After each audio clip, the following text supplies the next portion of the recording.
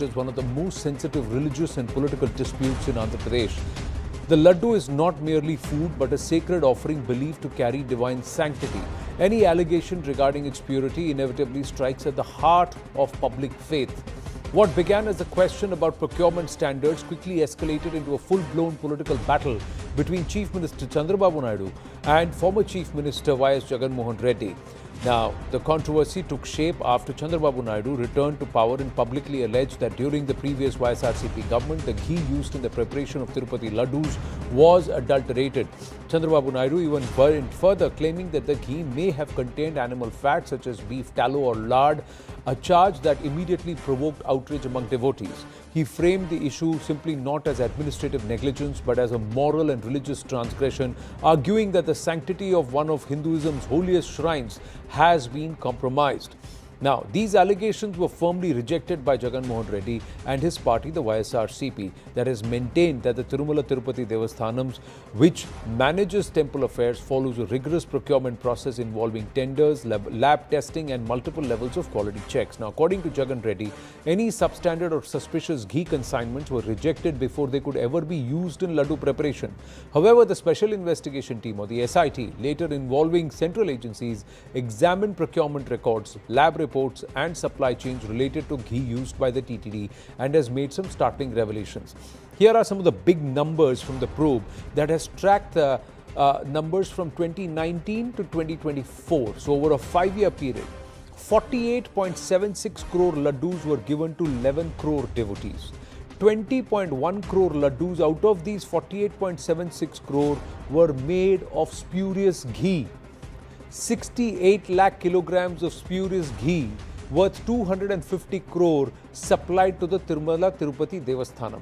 50 lakh Hawala money trail unearthed via investigation. Payments allegedly to the aid of YSR Congress leader and ex-TTD chairman Y.V. Subba Reddy. In fact, the investigation reveals how there was a plot to circumvent checks over the 5 years. The primary accused, Bhole Baba Dairy, made synthetic ghee from vegetable oils. Ingredients used were adulterated ghee, a mixture of palm oil, palm kernel oil and palmolene. There was a bypassing of checks where suppliers tampered with chemical values to bypass quality tests. Blacklisted firms supplied adulterated ghee via proxy suppliers. There is an alleged nexus between the suppliers and TTD officials. TTD officials reportedly received kickbacks to approve substandard supplies. The TTD in fact blacklisted certain suppliers and tightened quality control mechanisms to prevent future lapses. However, Hindu groups are now seeking swift punitive action to punish those behind the scandal, launching protests. The VHP has called for immediate arrest of Jagan Mohan Reddy, while top Hindu priests are demanding justice. They have actually broken 1001 coconuts at TTD as penance, and they've also issued a letter seeking and asking for stringent action to be taken. Listen into what some of the seers had to say.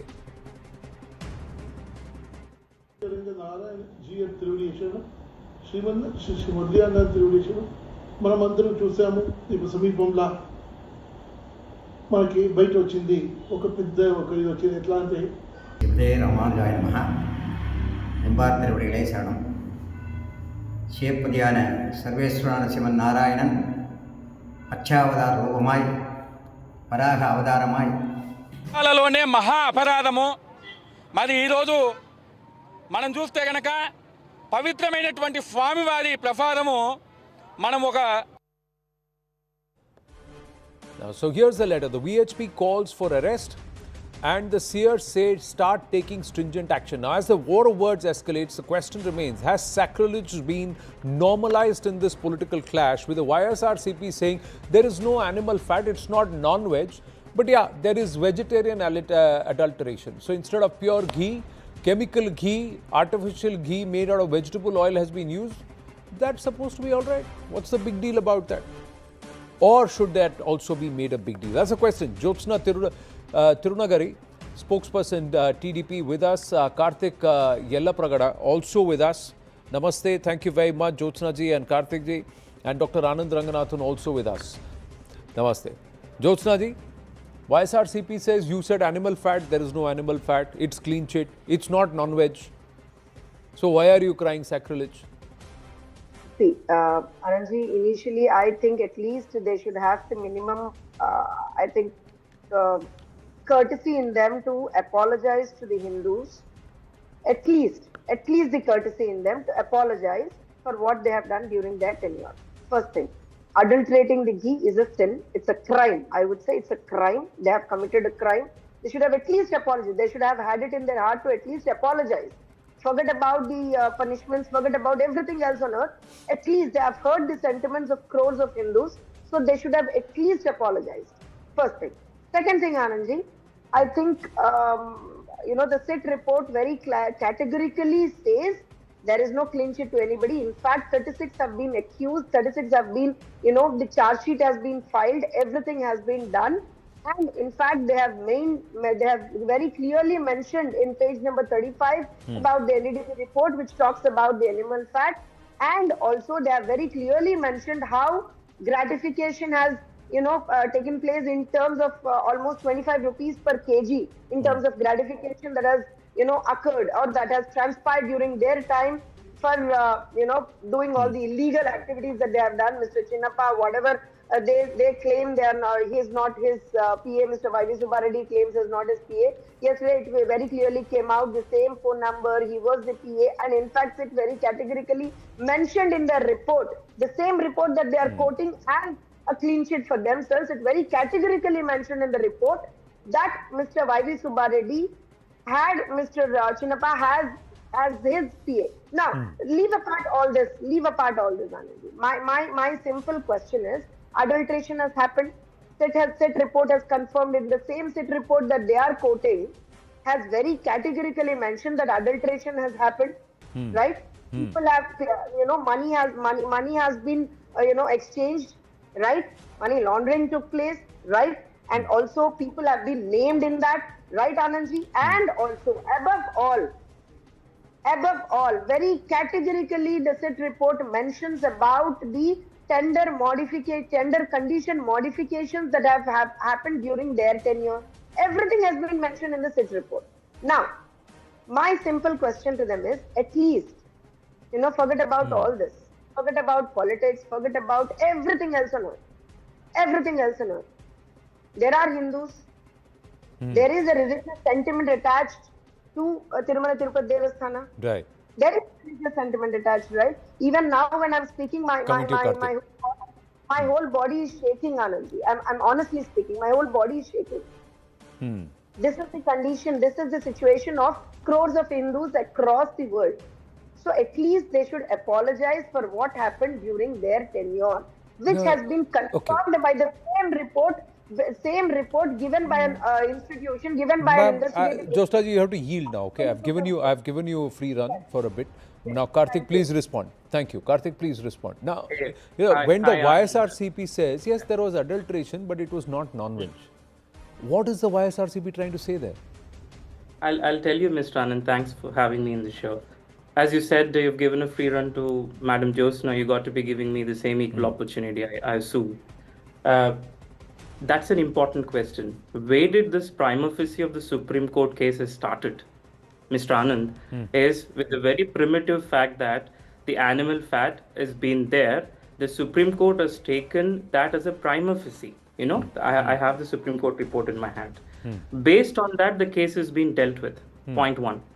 So I don't have to explain how the executive, legislative, and judicial works in our country, right?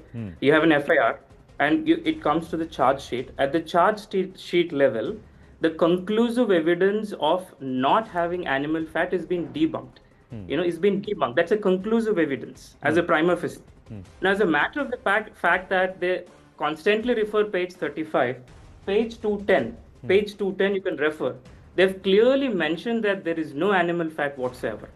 The whole sentiments has been spurred only because these gentlemen, Mr. Naidu and Mr. Kalyan, went on again and again and claimed that it's just not animal fat, but also the particles of animal in it, for an instance. And then second part, they keep claiming that this happened only during YSRCP regime. That's not fact, Mr. Anand. I'll tell you, in 2019, 19th of April 2019, I'm holding executive orders in my hand, 82,000 kgs of ghee at 291 rupees, Mr. Anand. Underline that, at 291, because I need to clear a lot of air on the ghee prices as well. 19th of April, this is the order. Why did they order, and who brought Harsh Diaries and Bole Baba? I have the executive orders again. The Harsh Diaries and Bole Baba has been brought during the TDP regime. Now they say stop politicizing. Who is politicizing? Even after Supreme Court has told, do not involve God in the name of politics, is as Supreme Court Justice Gawai has told. Constantly they bring political equation into this, and most importantly, it's a very important point. The four tankers that got rejected, very very important point. The four tankers that got rejected were actually entering back into the temple, where they're claiming to have this animal fat, where the whole story started. The question comes, after TDP has come into the power, you can refer page 44, Mr. Anand, very clearly. How can the same tankers enter back? I'm quoting the page number 44. It's clearly written in here, right? That's nonsense. Now, yesterday, Mr. Kalyan, what does he say? And Mr. Naidu, what does he say? We have toilet cleaners. What nonsense is that? Is it not playing with the sentiments of Hindu people? Any college sophomore, a 5th grade student would know, if you mix an acid with a fat content, it will be broken up. What nonsense is that? No, your TV could actually order some phenyl or some chemicals. Would it mean you will serve it to your customers, or you would serve it to your people coming in? Okay. Now, it makes no sense there. My simple point, you didn't answer my basic question. If it is not non-veg, so vegetarian adulteration is all right. To serve vegetable oil, and that to 68 lakhs liters of non-pure ghee as prasada for Lord Venkateshwara is all right, because it's got no vegetable. It's got no vegetable. One. Second question, sir. If you believe that the TDP or in the previous regime they empaneled this in 2019, what did you do? Why did you continue? Why did you not change? Why did you not ensure that this does not happen, this adulteration does not happen? Any adulteration, if you are supposed to make the prasada or bhoga for the Lord with pure ghee, Dr. Ranganathan, you are a Darwinian atheist, but you have gone to TTD. And my question to you is, if there is a norm of serving something to the Lord from the faith point of view, and then that is supposed to go to the devotees as prasadam or the blessings of the Lord.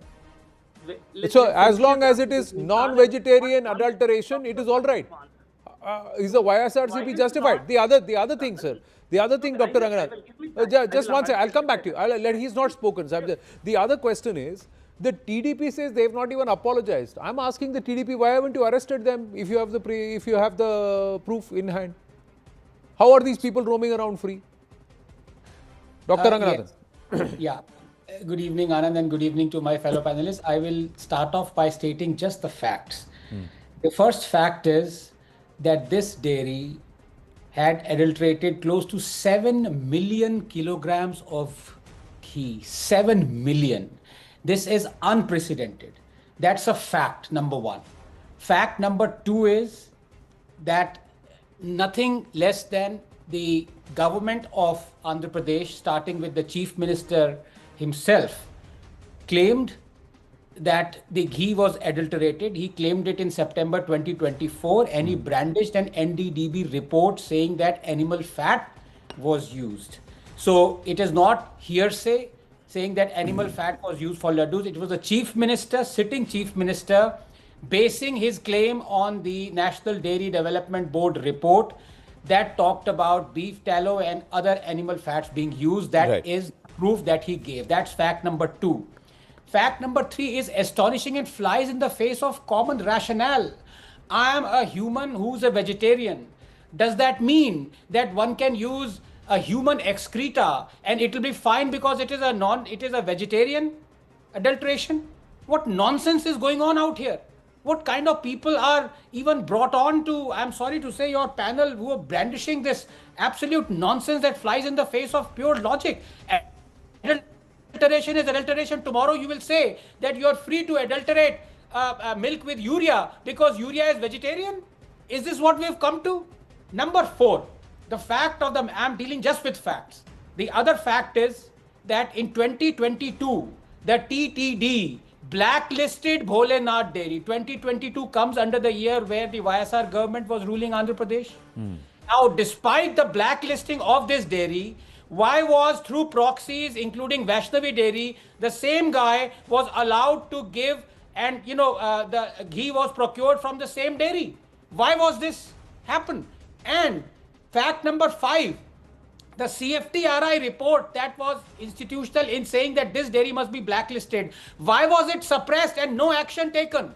Because of that CFTRI report. These are the 5 facts which are undisputed. Over and above that, it is opinion. Arrest that person, arrest that person. Even I can put my opinion that it is sacrilege that you have in today's day and time governments controlling not just the temple but the board itself. The board is controlled by the state government. Who gets to be the chief of the TDT is decided by the state government. Who is going to be the IAS officer dictating what is to be done with the finances is decided by the government. 50 crores of the money that is generated through Hindu donations is directly given to the government to be used. There are more than 500 crores that are dictated by the government. I want to make a flyover. I want to take Tirupati money. I can also say all that. But today I am dealing with just 5 irrefutable facts. Okay, now viewers, we all have ice cream. There is a brand that makes frozen dessert. Any product that's called frozen dessert because it's got vegetable oil, you can call it ice cream only if it is 100% made out of milk or milk solids. Otherwise, you can't call it ice cream. If there is vegetable oil in it, it becomes frozen dessert. Karthik, please tell me, if you are using vegetable oil to make these laddus, why were they called ghee laddus? And is that the norm? Is that the prescription? Is that what is supposed to be served to Lord Venkateswara and his devotees? Mr. Anand, I'll tell you. So I don't know Ranganathan. It's one. He's taken sides. It appears, but I'm seeing first time the gentleman. Don't get personal. I can also get personal and say you are licking the boots of me. What did I say, Mr. Ranganathan? I didn't say anything. Okay. Please don't. Just say what you are supposed to. Fact 1 and 2, Mr. Anand. So there has been a procurement committee, right, when this was happening. Yes. And you know who was part of that procurement committee? VPR and other TDP allies were also part of that procurement committee. Now, what you asked an important question, Mr. Anand. You were asking why didn't TDP, after coming into the power, what did they do? Because 82,000 of ghee started during 2019 in April. And who brought Bole Baba? It was TDP. No, but who didn't take them out? Who banned them? Who banned them and brought a proxy back? Don't absolve 5 years of YSRCP, sir. I'll tell you what, sir. Would you? No, sir. I've just got a simple question. If this was supposed to be supplying towards a church or towards a mosque or towards another religious institution, do you think this kind of patience would have been shown, or somebody would have dared to try and play this kind of a game with the sentiment of the faithful? Do you think, sir? The other thing, now I've got limited time. I'm just going to ask one more thing, Jyotsna ji. I'm going to ask you, when is the TDP going to arrest people? You have taken a lot of names. You have said that this was all happening under the aegis and knowledge of some of the top people of the previous government. Where are the arrests? And who have you? There is no YSRCP leader anywhere mentioned in the charge sheet. Let Jyotsna answer that. Yeah. One second. Mr. Anand, I think Mr. Karthik forgot the fact that ICIT report very categorically says that the tender conditions were changed by them during their tenure by the then TTD board chairperson and the procurement committee. Now, coming back to your question, Anand. Karthik, please don't interrupt. There is an independent inquiry that has been set up by the Honorable Supreme Court into this matter after the Honorable Chief Minister said that, based on a report, NDDB report, he said that animal fat might have been used. Now, once the CIT report has come out, the government has, there are certain administrative things also we have to take into consideration, because there are a lot of officials being named in that, and also a person who is the PA of the sitting MP also named in it. So definitely the government is trying to form a commission to look into the administrative lapses and to take action on the people who are responsible. When are you going to take action, ma'am? That is the first question. The seers are saying arrest people. If you have proof, If you have proof, arrest people. The other thing is who is going to make good the loss of faith and the fact that impure prasadam has been served to more than 20 crore people. 20 crore laddus have gone to 20 crore people. And those 20 crore people, and out of that 1 lakh laddus were served at the Pran Pratishtha of Ram Lalla in Ayodhya. That was also impure. That is also now being questioned. That was that adulterated. And the most important part, sir. The most important part is, sir, if it is vegetable oil, how is it ghee? And how can adulteration like that be considered? It's okay. Please take this one-liner statement, Mr. Anand. Yes. Please take this. Yes, Very Karthik, important winding up on point. that. Prana Pratishtha of Lord Rama you brought up. That's absolute nonsense. It's a fake narrative. This is dated report TTD in its official website. It's clearly written that 2000 kgs of ghee is being given by Dr. Rameshwar and another person, which is completely agnostic of this whole process. This has been packed in 350 boxes.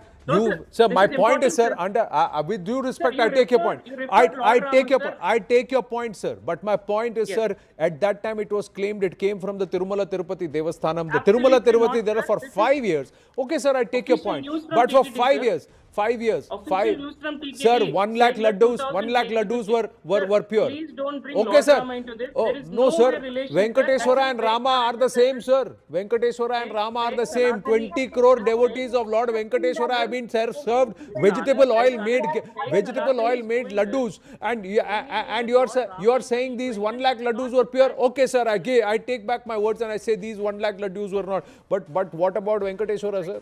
What about Venkateswara and his devotees? In his own home, the deity is being served impure prasadam and laddu, and his devotees are being served that is all right. Oh, it is adulterated, but it is vegetarian. It is vegetarian adulteration, so it is all right. How can that be, sir? How can that be? How is that fair? How is that fair, sir? I have to wind up. I have to wind up. We got some ground to cover on neighboring Karnataka. So moving on, but we'll continue to follow this story, viewers. Till the time the TDP takes action, we will continue to follow, because they can make allegations, but if they don't arrest, then they are also not being fair to the devotees of Lord Venkateswara. Now, it is the perks expressed in the state of Karnataka, where Siddaramaiah government with 134 MLAs has now given cabinet and minister of state ranks to 149 people in the latest cabinet expansion involving non-MLAs. This places more burden on the exchequer in a state where the urban infrastructure faces consistent stress. While a complete official list has not yet been published, reports indicate that the group of non-MLAs consists largely of chairpersons of state boards, corporations, advisory posts and special government representatives. So let's break down this 149 number. Full-fledged ministers 32, cabinet rank granted to 43 of them, minister of state status granted to 11 of them. Now, can we just move on the numbers here? Minister of state granted to 11 of them. But here's the kicker. Cabinet rank granted to non-MLAs is 9. Minister of state ranked to non-MLAs is 54. Why is it a burden on the exchequer? That is because of the perks that these posts get. Monthly salary 50,000 rupees, hospitality allowance 3,000 rupees, daily allowance during travel 2,000 per day within the state, 2,500 outside the state. And this comes as the state government continues to face a big bill for its guarantees. The guarantee burden itself is 51,034 crore. Rise in liabilities is likely to be 7.64 lakh crore. Interest payments alone is 45,600 crore. Estimated borrowing in the next budget is likely to be 1.16 lakh crore. So while the Aam Aadmi gets potholes, pits on the road and also hikes in metro fare which have now been reversed, the Congress netas and their appointees are getting all the perks and more with the bill footed by you, the taxpayer. The big question is, isn't this a brazen free-for-all that we are witnessing? Bhaskar Rao, spokesperson of the Karnataka BJP with us, Nikhil Jain, political analyst with us here in the studio. Dr. Ranganathan continues to stay on with us. Bhaskar Rao ji, this happens in other states also is the excuse. So what's the big deal? See, despite Karnataka being a financially well-to-do state, this kind of financial mismanagement, as you pointed out, fact by fact over there. The corporations that have been created are there to appease the MLAs who have not been given ministerial positions or those who have lost elections. Now there is no money to give to these corporations because there is such a deficit of raising finances. Even they had a revenue deficit last time, which has been unheard of over there. And this time also, they went for a very ambitious budget, and they're not been able to collect that kind of money. So the MLAs have been fighting for money, fighting for grants, etc. So it is something like letting loose that letting loose an animal that go plunder yourself, whatever you want to do. I will give you a patta of being a minister over there. So becoming a state minister, he can go and claim as salary, health benefits, privileges from the police department, vehicle, and say that I'm enjoying this. So this is nothing but some kind of a official dacoity and official robbery, which the government has let loose these people that go and do whatever you feel like doing. I have given you some kind of a power to go and plunder the state. people of Karnataka. So the people of Karnataka, the taxpayer is paying these people extra and bearing their burden so that they can loot them further. Nikhil Jain. The corporations are created so that they can do development, but there is no money for development. They just keep on. There is a lot of money to loot. Apparently, corruption is also a new dynamic to corruption has been given in Karnataka under Mr. Siddaramaiah. That's what Basavaraj Bommai also was saying. Yeah, please. Of course, Anand, these are allegations of the BJP, and they're free to keep on making all the allegations. They don't have any proofs. If they had evidence, they could have gone to the courts, they could have gotten the government contracts struck down. But I'll talk about the more important issue. When the opposition in a state has nothing better to do, they come out with such puny issues that have no bearing to the people of the state, and I'll tell you why. Karnataka is a state that has a budget of 4,08,000 crores. On education, school education alone, in this year's financial year's budget, there is an outlay of 45,000 crores. For the guarantees, you've already said, there is an outlay of 51,000 crores. Financial assistance under industrial policy, 13,700 crores. Financial assistance under IT, tourism and biotech, 13,500 crores.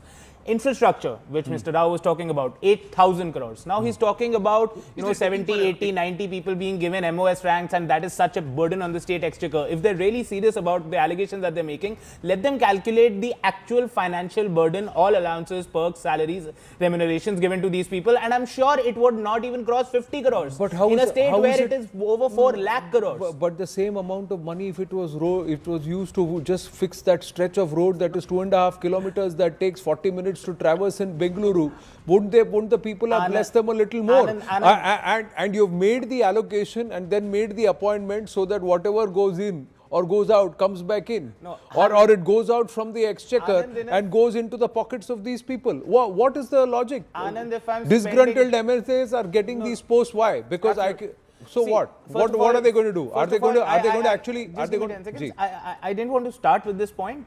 But the important point is that this is quite routine across the country. Non-MLAs, MLAs are made chairpersons of boards. They are given MOS ranks. They are given cabinet ranks. Just in 2019, Yogi Adityanath government gave 75 MOS ranks. And that is routine. It's not just Yogi Adityanath. You go to any party, regional party, Congress, BJP, all of them dole out these MOS and cabinet ranks like it's some halwa, as we say in Hindi. What is important is the financial bearing of this, and I'm sorry, but the financial bearing of all of this is absolutely minuscule. It is not even 0.001% of the budget. You don't understand. And if we go by that, then I'll have to talk about the votings that Prime Minister Modi puts up. About 2,000 crores a year that the government of India spends. If you want to come back to those numbers, we'll discuss on those numbers, but we'll digress. But the issue, Dr. Ranganathan, is not that these people are being appointed. The purpose for which these people are being appointed is going to be a greater burden on the exchequer. That's the allegation. Dr. Ranganathan. No, but Anand, to be honest, have you got the proof now? In the last 5 minutes, at least I have, that every political party's sole aim is to loot the hell out of the exchequer, is to loot the hell out of the taxpayer, and to then accuse the other that you are doing it. I'm astonished. My good friend Nikhil Jain has resorted to whataboutery. Is this how you are supposed to say that Congress is better than BJP when you are saying, well, BJP bhi to ye kar raha hai? The fact of the matter is, does it matter if you are giving a perk to a minister who is more than the MLAs that you have, and then you say, "Arey chota sa minuscule perk hai." Explain minuscule. That minuscule could save a life in Karnataka. That minuscule is the difference between a person, a poor family being able to send their child to a school or not, or to a hospital or not.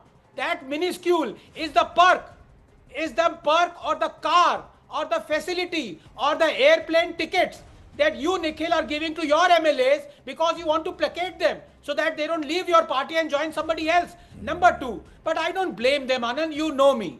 They are politicians, they are born hypocrites.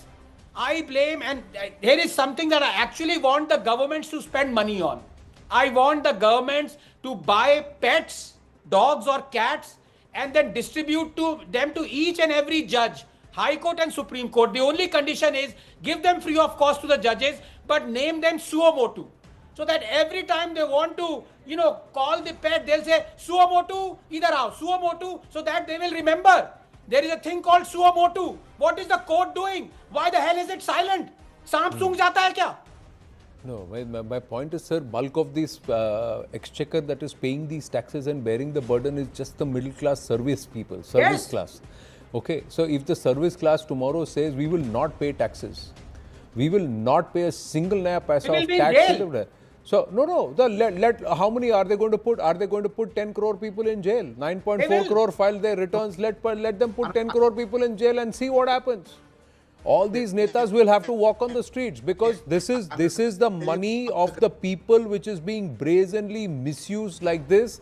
And look at the pits. Look at what Bengaluru has to go through. Sir, I'll tell you, the information, sir, the IT capital of the country. Look, there are potholes in Maharashtra also. You can do a live, viewers who are joining us from Bengaluru right now. See how long it takes for you to do a 20-kilometer journey in Bengaluru right now.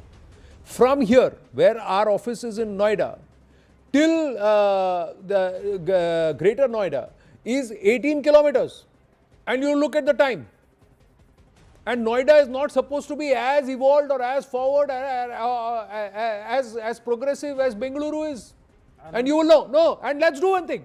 Not even that. Let's go to Delhi and see how much time it will take for you to do 8 kilometers in peak traffic in Delhi and how much time it will take for you to do 8 kilometers in peak traffic in Bengaluru. And this is the netas who are coming out and saying, you pay more for metro, which does not have jams, because I cannot fix your potholes. This is what it is. And Bhaskar Rao, what are you going to do about this? What is the BJP going to do? Because you have also made similar appointments. You also have to keep your MLAs happy. The number of all MLAs, all netas, I don't want to broad brush all netas, but majority of them, sir, are getting into this position ahead of elections to pocket. If you allow me to speak, I can speak. Yes, sir, please. Sir, by elevating these non-MLAs into cabinet ministers and ministers of state, you are giving them lots of political weapons, administrative weapons, which they can wield to collect money on their own. The purpose of making corporation chairmen is to see that they invest money of the government properly to lift people from the lower level, from the backward level, and unka status बढ़ाने के लिए. Their government doesn't have money. So by making them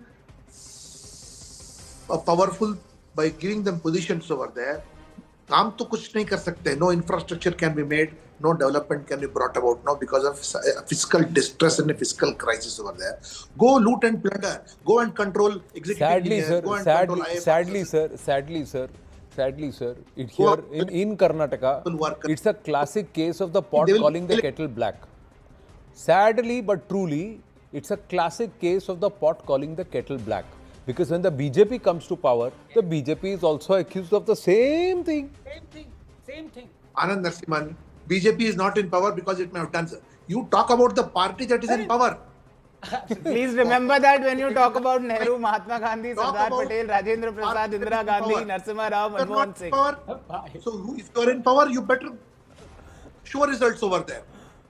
No, I am sir, not in power because probably we must have made some mistakes. We are out of power. This is the classic template in Karnataka.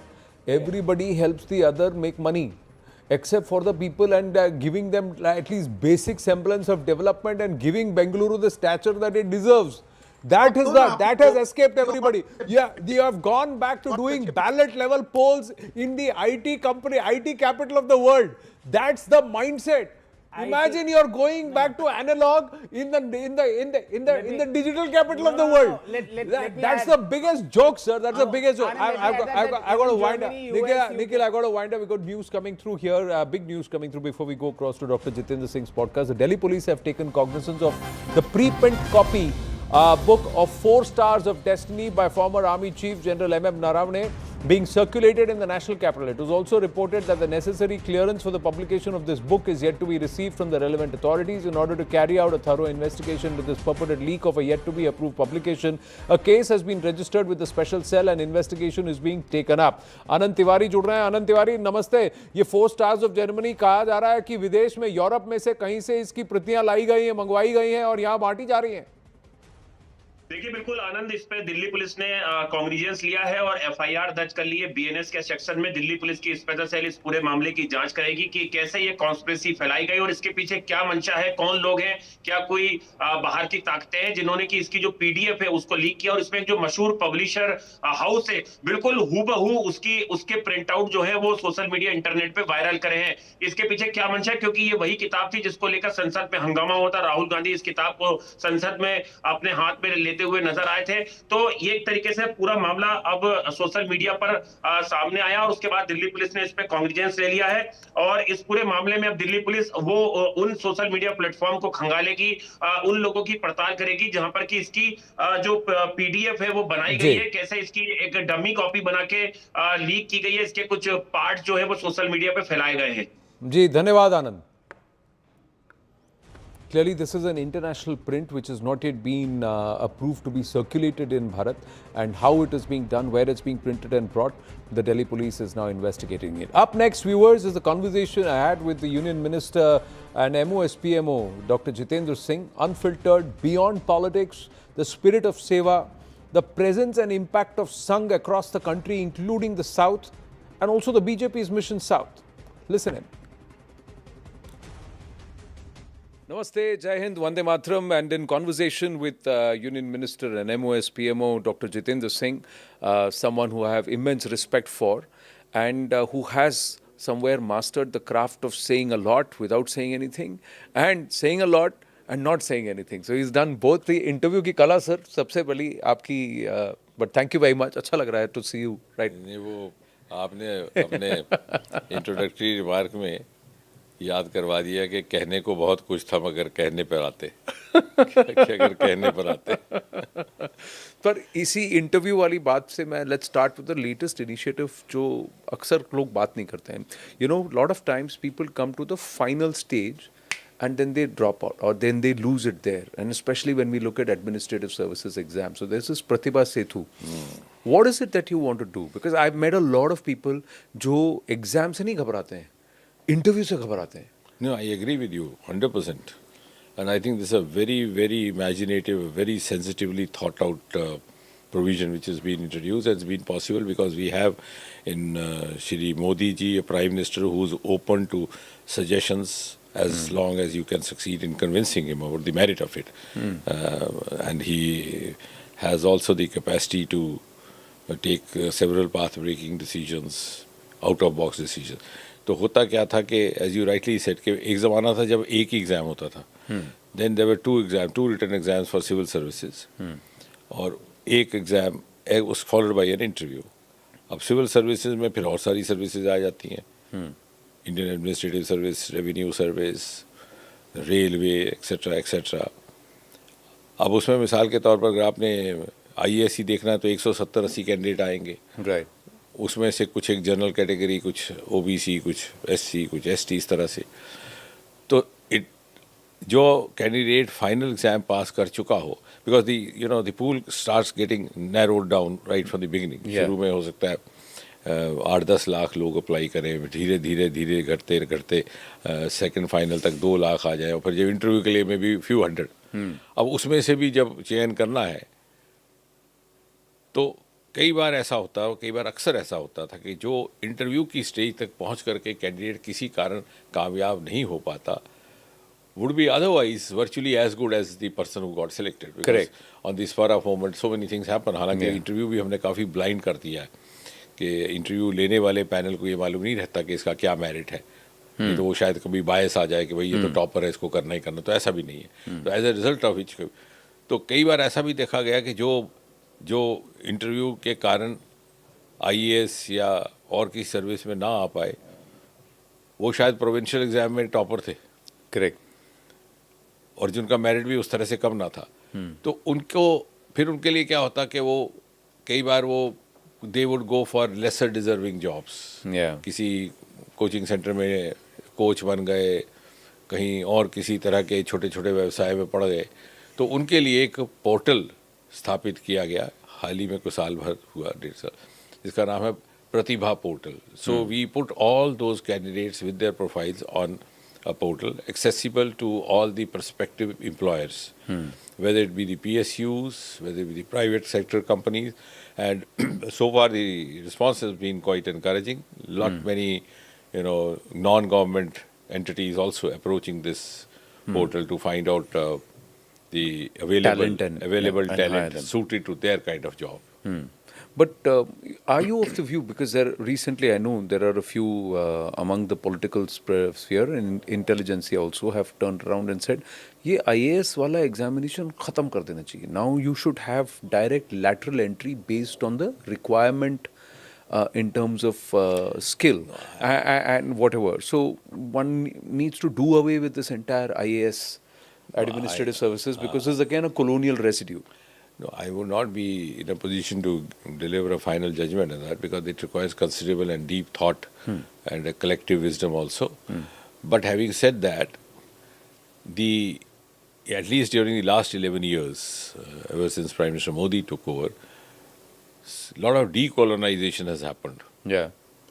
Even in the pattern of the dress code that was normally observed. बंद गला ही पहनना है, चाहे गर्मी हो, बरसात हो, पसीने से तबोतर हो, वो भी बदल दिया गया है. When you look back at your career, did you ever think that you would be perhaps one of the longest serving ministers in the PMO? I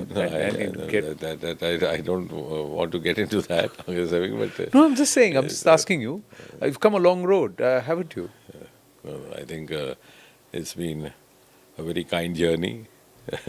So everybody has been kind, because if you look back at the native village that I come from, I think the first person to have sought education in my family was possibly my grandfather, that too hardly up to class 10, and the only language he could write or read was Urdu, because that was the language of entire North India, official language.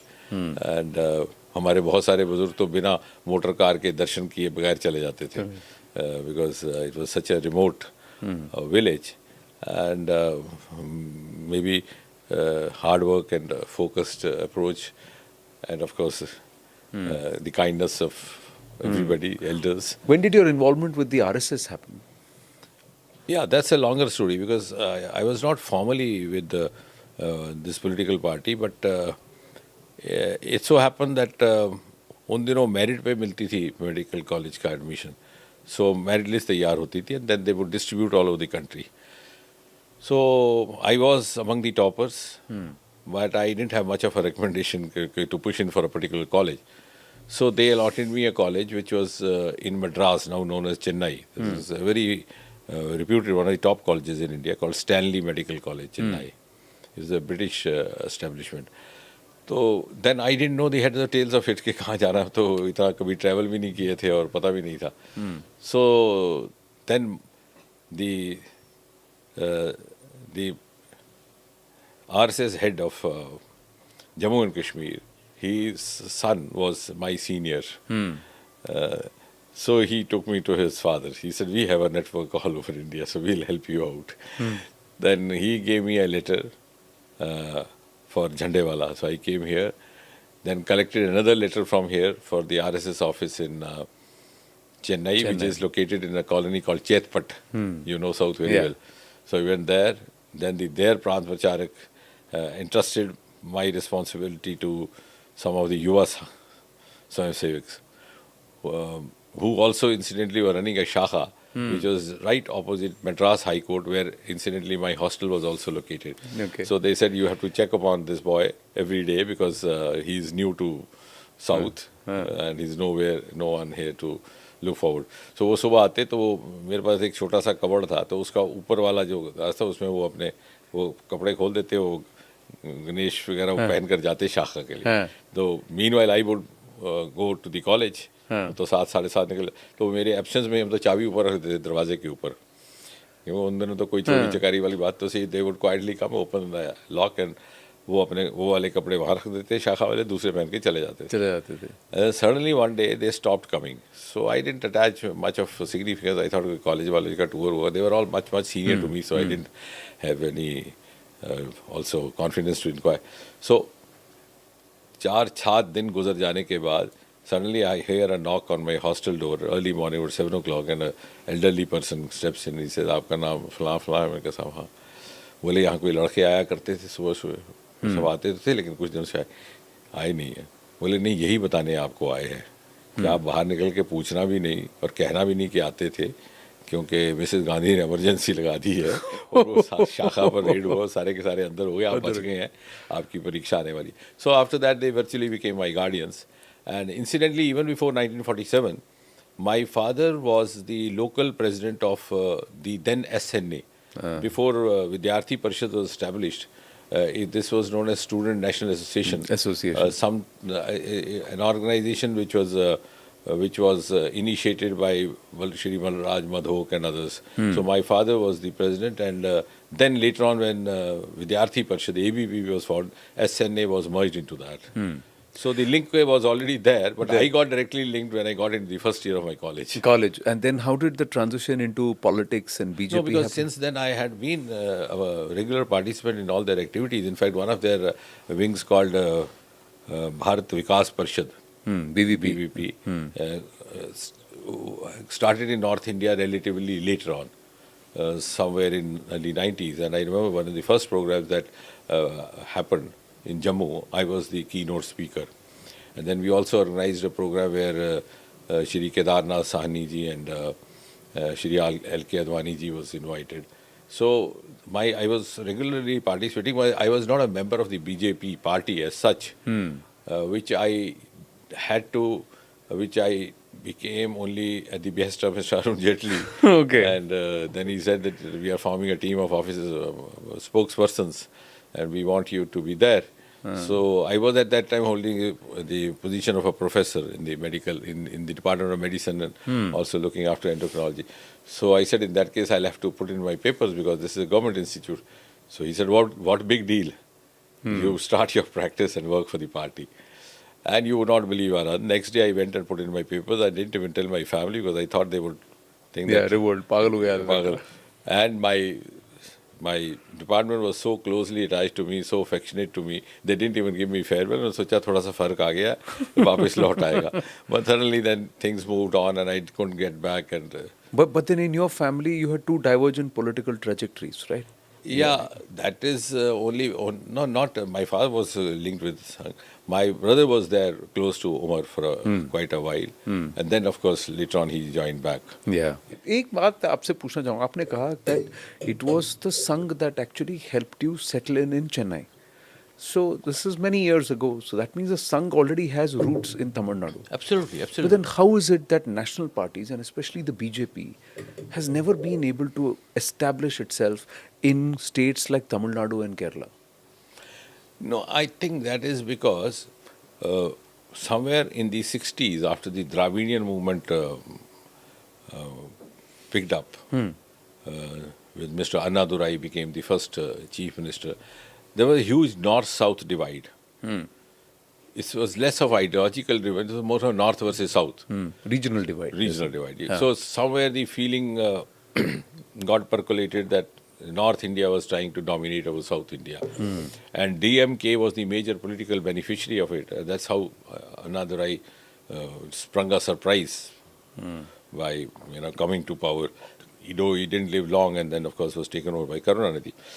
So then one thing led to the other. The politics got totally embedded in regionalism. And then the other ADMK coming in with the MGR coming. So it happened that way. So somewhere it went astray from the ideology part. It went into a different direction. So, but then let me ask you, the Sangh works at a societal level. So, and Sangh has, in terms of density of shakhas to population, the most number of shakhas in Kerala. So, neighboring Tamil Nadu, these are two states where the Sangh's philosophy of Bharatiyata, Sangh's ideology, and the, doesn't seem to reflect in society, or it reflects in society but doesn't reflect in politics, which is true. No, I think the second part of what you said is a better observation. It has reflected in society, and in fact, the strongholds of Sangh have been, I mean, according to me, in those states which never were in power. One of them is Jammu. Okay. We had Praja Parishad, which preceded Jansangh. It was founded in 1950 by Pandit Premnath Dogra, who later then merged it into Bharatiya Jansangh and also became the Rashtriya Adhyaksha of Bharatiya Jansangh. So it remained a stronghold till very long. Right. Same also Kerala. Most number of sacrifices of the Swayam Sevaks also there. But many of the states where you come in power, you have other, contradictions also creeping in. So reflection in society is there, but the politics reflection is sometimes not totally proportionate to the societal, trends, because there are other considerations as well. As I said, the linguistic considerations come in. Sometimes the regional considerations, caste considerations, all these things, which have. So, kai bar, like the Sangh, that it was able to affect society but not affect politics. In your tenure as MOSPMO, did you have this conflict of policy-wise this is right, but politically this is what will work for me? No, I think one advantage under Prime Minister Modi is that he understands both the sides very well. What's his outlook? So you couldn't have a better package than him for the office of Prime Minister. So he's 100% ideologically committed. He's 100% committed to the organization where he came from. And he has immense administrative acumen, now being there for about quarter of a century as the head of a government. He's seen state governments, so successive generations of bureaucrats. So I think he's the one person who makes sure that there's an optimum balance, and others then follow the line.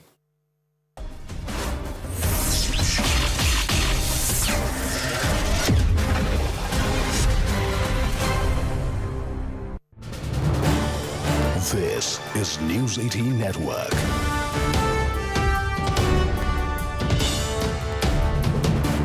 India's largest news network. From Kerala this time, Samastha, a prominent Muslim scholarly body, has now passed a resolution asking for vigilance against pan-Islamist extremist ideologies and organizations following Maududist ideology. These are organizations like the Jamaat-e-Islami. This comes even as opposition leader V.D. Satishan said that the Congress-led UDF will accept the support of Jamaat-e-Islami for upcoming assembly elections. Satishan had said that they do not now have a stand of forming any Islamic republic. But remember, the Congress party has been facing flack as far as being soft on organizations like the Jamaat-e-Islami is concerned, but also either, if not actively, then passively seeking and taking support of organizations like the Jamaat-e-Islami. So you've got another Muslim body in the state now opposing bodies like the Jamaat-e-Islami. They feel Islamist and extremist ideologies. They feel these are pan-Islamist, extremist, ideology-based organizations. So what's really going on? Is there a battle going on between various forms of Muslim thinking in Kerala? How will that shape the upcoming elections is a big question. Let's go across to my colleague Neetu first up. Neetu, what is this body exactly and why are they raising objections to Jamaat-e-Islami? Why do they consider them extremists, for example? Now, see, Samasta is a Muslim scholarly body. Samasta Jamiyat Ulama is what they are known as. It's a Muslim scholarly body. It's mostly the Sunni faction, and they are politically they are seen more closer to the Indian Union Muslim League, at least one faction of this. So they have been against the Jamaat-e-Islami and their thoughts, and in this resolution also clearly stating, though they are not taking the name of Jamaat-e-Islami, they are clearly saying Maududist ideologies, which means the Jamaat-e-Islami, and clearly stating that certain factions are trying to create this extremist ideology, trying to take the Muslim youth from the mainstream and put into this extreme ideology. So this is something that cannot be accepted. And politically, how it's important is that it comes within days after leader of opposition of Kerala, V.D. Satishan, said that Jamaat-e-Islami's Amir has clearly said that they no longer stand for their demand of having an Islamist nation in a pluralistic society like India and Kerala. So that is, they will accept the support of Jamaat-e-Islami in this elections also if they offer, because this is what their stand is. So this resolution by the Samasta coming in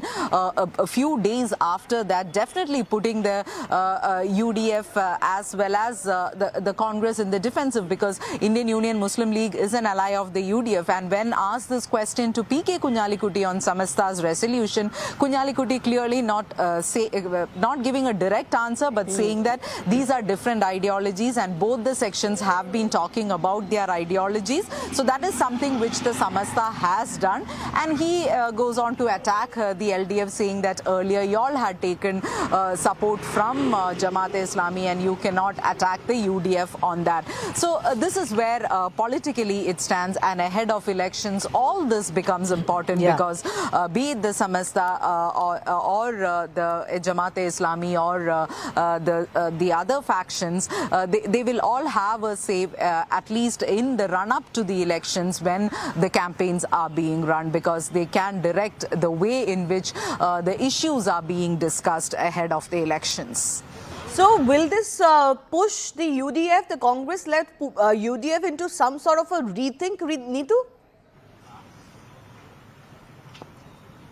See, all these factions are important, whether it's Samasta or the other factions. As we have said, a faction of that clearly supports the Indian Union Muslim League. So for them, it becomes difficult to openly say, but at the same time, the stand that the Congress and the UDF will take is that we are accepting anyone's support. We are not in any kind of alliance with the Jamaat-e-Islami or anything, but ahead of last elections, they had offered their support for the Congress and the UDF, and if that is what they are offering this time also, we will be accepting. But talks in these lines will be more ahead of the election, Shivani, because definitely there will be questions asked to the Congress and the UDF, and how will they be explaining to the larger public and also sections within the Muslim community, as it's now Samasta which has passed a resolution against this organization and stating that. Let me also take a big quick BJP reaction. Shehzad Poonawalla is joining us. Shehzad, how do you read into this situation?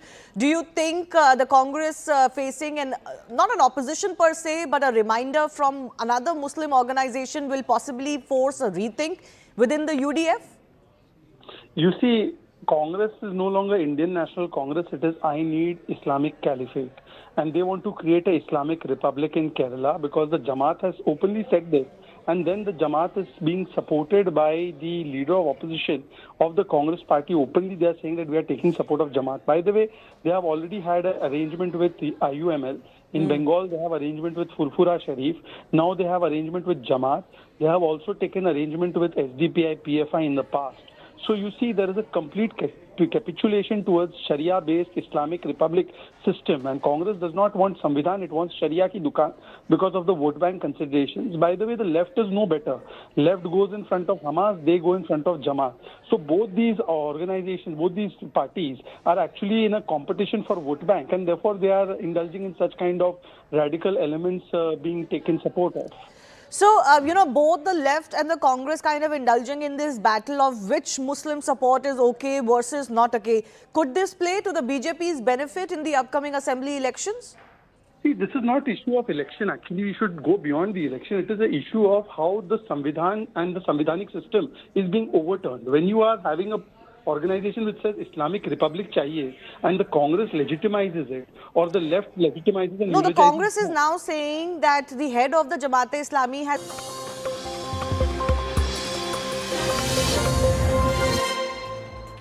Good evening, you're watching Brass Tacks. I'm Zakir Jacob. It's so far been a washed out few days of the budget session of Parliament as the government and the opposition simply don't seem to be able to come to terms on a number of issues. Rahul Gandhi being allowed to speak and whether he will be allowed to quote from an unpublished book, women MPs who are alleged to have been planning to physically accost the Prime Minister, which in turn prevented him from speaking in the Lok Sabha, and now this entire politics between Congress and BJP over the newly announced Indo-US trade deal. But while there are attempts to try and get a debate going, today there were separate meetings that the Speaker had with both representatives of the government as well as representatives of the opposition. The opposition, on the other hand, is trying to up the ante by planning a no-confidence motion against the Speaker himself. Maybe not all opposition parties are on board with that. The TMC, for example, wants to continue discussing issues of pressing importance to the state of Bengal. Same with the DMK. Now, the question is, what will give? Will we even get a halfway decent debate going in Parliament after what's been 8 full days of a near washout? But I want to first bring you up to speed with the scenes that we've seen over the last week plus since the budget was presented in Parliament exactly 9 days ago. There have been major disruptions, multiple flashpoints, all of which have only pushed Lok Sabha proceedings into a deadlock. Here's what has triggered this standoff. It started off with a controversy over the revelations and political reactions to General Naravane's book, which sparked sharp exchanges between the Treasury benches and the opposition benches. Rahul Gandhi accused the Speaker of reneging on his assurance to give the opposition about letting him speak before the debate on Budget 2026. That then escalated tensions. It led to loud protests in the House, even as Union Parliamentary Affairs Minister Kiran Rijiju said that Rahul Gandhi was not fully right. The Speaker's decision to suspend 8 Congress members last week also fueled further outrage, with the opposition calling it undue and politically motivated. The opposition is now mulling a no-confidence motion against the Speaker, which is a rare step, intensifying the parliamentary standoff. But not all opposition parties, not all members of the India bloc are in sync with that decision. Debates over India's continued purchase of Russian oil amid global pressure added to the political heat with the announcement of the India-US trade framework. And today Rahul Gandhi even said that the reason why the government does not want a debate on the budget is because they're afraid that the Indo-US deal will come into sharp criticism. Let's play out some political reactions, both from the government side, the Treasury benches side, as well as from the opposition side, as to what will give, what will finally yield to some form of a deliberate debate in Parliament. Let's play out those reactions first. My personal view is that the government is scared to have a debate. The Prime Minister didn't come into the House because he was scared of what we were going to say. He was scared of being handed Mr. Naravane's book as a first step, right? And my guess is that the government is worried about having a debate on the budget because the issue of the US deal, the way it was done, what has happened, the impact on our farmers is going to be discussed, and the government doesn't want to do that. I had given commitment to the Congress party in front of the Speaker that if Congress agrees to let the House function normally, then we will allow Congress party and other parties also, not only Congress, other parties also, to speak for 2-3 minutes on how to run the House smoothly. We are agreeable to this proposal, but I cannot agree to a situation where leader of opposition Rahul Gandhi will speak, make accusation, and then create ruckus and don't let others speak. That will not happen. We will not agree to that. If Congress speaks, then we will allow other members also to be allowed to speak. We will not allow only Congress party to speak. Okay, I want to go across for a face-off on this. Shazia Elmi, national spokesperson of the BJP, will be joining us. Brajesh Kalappa, spokesperson of the Congress. Tushar Gupta, journalist, is also joining us. Brajesh, you heard from the Parliamentary Affairs Minister. He says, look, we're open for debate and discussion. Mr. Gandhi can, say whatever he wants to say, but he cannot have this fiat that only he will be allowed to speak and quote from unpublished, unsold books, despite a ruling by the Speaker that he can't do so. See, the first thing is, Zaka, that as far as the speaker's role is concerned, that I think is a matter of concern for all of us who are living in a democratic society. First thing is that he doesn't permit the reading of a book which has been proven to be published, right? He gives a ruling that it is unpublished. And when you even bring the published book, he's still not willing to change his mind, one. Two, he's not willing to accept that it is already published material in the Caravan magazine, which also he doesn't consider. So even on the face of, what the facts are, if the presiding house, presiding member of a house is unwilling to see sense and unwilling to open his eyes, I think it's very difficult to deal with such a person. And this is something which I think your viewers must make their own minds upon. This is the first part. Second part is this claim that the Prime Minister was going to be attacked by women MPs. Why are women MPs allowed to carry swords and machine guns into the house? Everybody knows that they are frisked. There is no, they are not carrying any dangerous material. Somebody even made a claim that they were going to bite the Prime Minister. I mean, this kind of inconfidence stems from the fact that the Prime Minister is absolutely petrified of what is going to happen in the House. And who was covering up for him? The presiding officer of the House. And this is itself a matter of great concern, that the Speaker, who is supposed to play a role which is absolutely neutral in nature, is now taking complete sides and then completely going to one side. I think this is a matter of concern. Even in the past, his behavior has given the Congress party several issues to raise before the Shazia before Ilmi, the House. Rahul Gandhi today spoke outside the House. He said the Speaker had assured them that they could raise whatever issue they wanted. He later reneged. He says the real reason why the government does not want to have a debate is because the Prime Minister and the government are running scared. They're running away. They don't want to debate either on what General Naravane has said in his book, or they don't want to debate on the contours of the Indo-US framework, the trade agreement. Therefore, we're not having any business functioning in the House. It's really sad, Zaka, that, Rahul Gandhi is so short on comprehension and it takes so long to understand basic things. And it's also quite sad that we have an LOP like that in a parliament who actually has no idea about how the parliament functions. Not just that, look at his petulance and his stubbornness that he wants to go on and on about a point. And something that has been talked about extensively, the videos of which are out as to what transpired in Eastern Ladakh with the troop movement or the tank movement was concerned in 2020. He has little concern about what's happening in the parliament, the budget. He has not one decent, smart, intelligent question to ask from the government about the economy, polity, US trade deal.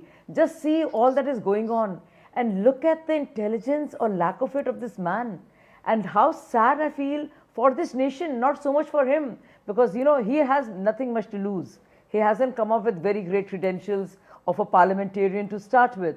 But see where it comes to upholding the dignity of the position of LOP and upholding the dignity of the parliament, of the House, and that of the Speaker.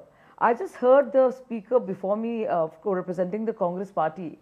There is something called, it's not a physical attack, there is a moral attack, there is a symbolic attack. Do you want this to be headlines in the world all over that Indian Parliament has become a circus? It is a responsibility of each one of us, even the citizen, to ensure that we don't look like a laughing stock. And I think when women Congress women MPs get into the part where Prime Minister sits to do some kind of a random gherao, it is so sad that that it is a duty, moral duty of the constitutional duty of the Speaker, and actually every member of the House to say the least, to ensure that we conduct ourselves with decorum and dignity. And just imagine this man and his petulance, that he is still stuck on that, knowing very well that General Naravane himself has stated categorically, I have not seen the book. He has given it to the publishers. The rule book has been explained, every rule has been talked about. But look at this man called Rahul Gandhi. I feel so sorry, not for him, but for the country. That don't we deserve better? No, somebody with something in his country upper definitely story who will be deserves curious better. about what's happening in his country now. Country definitely deserves better, because who is going to pay for all this washed out, days and sessions of Parliament? Tushar Gupta, please weigh in on this. It costs 2.5 lakh rupees per minute to run our Sansad. If you add that up, that's 9 crores in a single day. We've had 8 wasted days. That's close to 60 crores that have been wasted. The productivity of the Parliament in this budget session has been less than 20%, which means 1 out of 5. I mean, why are we paying for this? Why are we paying for this absolute dereliction of duty by our members of Parliament? Good evening, Zaka. Pardon the pun, but we haven't really budgeted our budget session. It all started with an article that Rahul Gandhi wanted to selectively quote. The article itself selectively quoted from a book that hasn't been published yet, but people claim there are copies available everywhere on the internet. We don't know. But the problem is, at the end of the day, the members of the House are bound by a procedure. Point number 1. Point number 2. If Rahul Gandhi wants to quote from a book, he has all the right to do so. But my worry is this is a book that has not been cleared by the Ministry of Defense. Now, America and China, two opposite points in the spectrum of democracy. We are very, very closer to America than to China, of course. But in each of these countries, can a retired officer of the military or any other sensitive area, say atomic energy or nuclear energy, publish a memoir without the clearance of the government? And if the memoir comes out, will it be used for political, bickering by the parties? I don't know. I don't see that happening in any other country but in India. Point number 3, and I emphasize on this, the Parliament is not a book club. If the MPs are so interested in books, they have the MP Lads funds, they can go and start a library in their respective constituencies. But the problem here is we are not quoting the facts in the books. We are quoting the opinions of the authors in these books. The parliamentary discourse cannot be about what an author feels in their respective book. Tomorrow, you'll have a lot of frivolous authors who would be deployed by the same MPs from opposition parties, from any other party, to make a point, and suddenly our entire parliamentary discourse will be about what these authors are thinking. Our parliamentarians, the people we elect, they do not need any validation from any author, be it an officer, be it a bureaucrat, be it any random person. They need to debate on facts that are available in the public domain. Now, the simple question is Rahul Gandhi willing to debate on facts on Galwan that have been in public domain for the last 6 years? Yes or no? It's that simple. But please, let's not go to this downward spiral where we, sort of confuse the opinion of an author with the gospel truth, inside a parliament at least. Let me just getting some updates on that story on General Naravane's book. Now, we're getting an update on that. The Delhi police has taken cognizance of what is called a pre-print version or a pre-print copy of the book that General Naravane wrote. It's called 4 Stars of Destiny. This book has become a huge controversy in Parliament. It's one of the reasons why Parliament has been stalled. So now the Delhi police is filing an FIR to find out how, where and why was the pre-order copy of this being circulated. It was also reported that the necessary clearance for the publication of this book is yet to be received from the Ministry of Defense. It's one of 2 books which has not been cleared in the last few years. In order to carry out a thorough investigation into this leak of a yet-to-be-approved publication, a case has been registered with the special cell of the Delhi police. An investigation is now being taken up to find out who is it that leaked this, and more importantly, if this is an unpublished book or this is a book for which permission has not been given, then how is it that members of Parliament end up having copies of it? How is it that a magazine has been allowed to write an article on it? And how is the LOP being allowed to quote from this book, which has not been cleared by the Ministry of Defense? So, Brijesh, this is now taken a new twist. The Delhi police are saying that they are registering an FIR to find out A, who leaked this, and B, how did it even reach the public domain without it being cleared by the Ministry of Defense? See, in a dictatorial state, Zaka, this is expected, and we all know that these kind of repressive measures are taken from time to time. Why do certain people who are just students, why do they languish in jail for years and years, 5 years? So I think this is, as far as repressive governments are concerned, this is something which is par for the course. But I think as far as that is concerned, I think the judiciary will have its final say. But I just would like to refer to what Mr. Tushar said.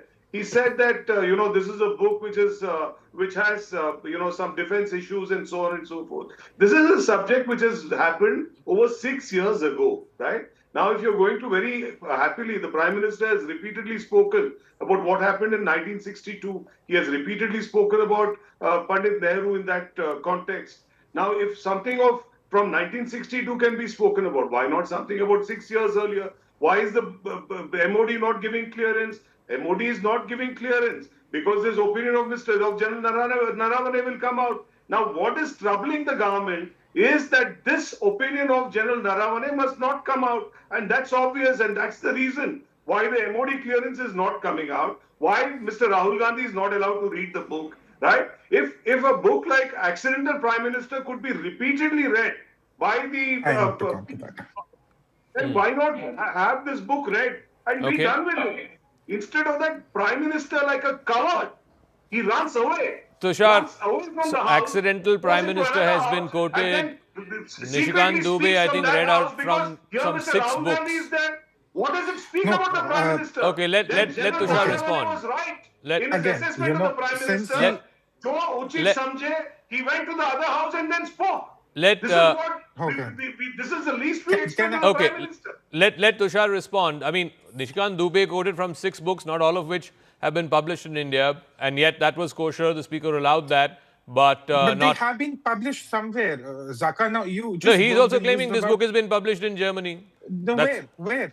It's not available in Germany. See, there are 2 kinds of circulation that are going on, Zaka. Rahul Gandhi was waving the hard copy.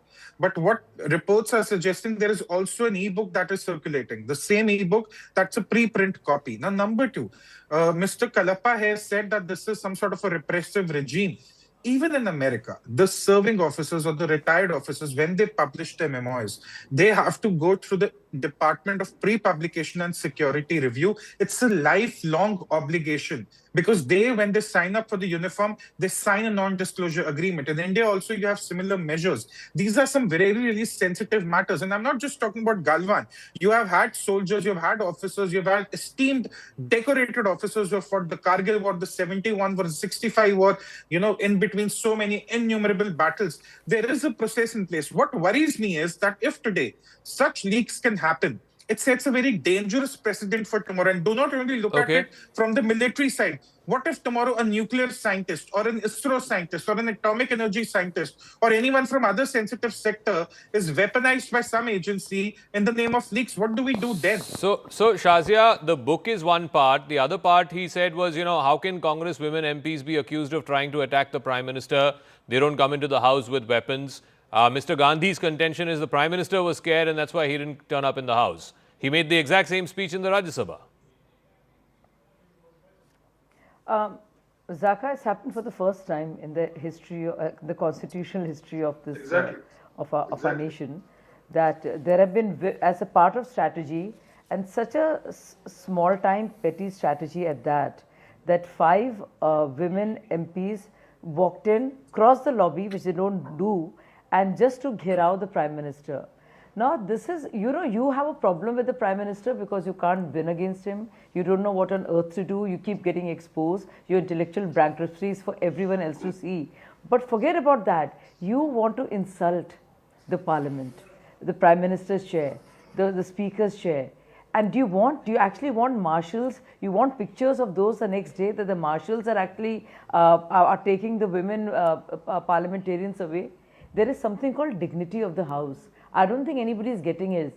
The women were not carrying arms. Nobody's saying that. So let's not be very facetious about it. Let's not be cute about it because we're not. We get it. And I want to tell the gentleman who was speaking on behalf of Congress Party, do you remember what happened and what Supreme Court had to say in August 25 last year? Rebuke Rahul Gandhi for saying such terrible things about the Indian army and saying that so much of our land, 20,000 square kilometers, has been taken away, and said no Indian can say something like that. Learn from that. Supreme Court keeps, wrapping the knuckles of this gentleman with her totally intellectually bereft, and he just keeps coming up with new ones. And even now, can you imagine, Zaka? You're right. There is a lot at stake here. But this is 26.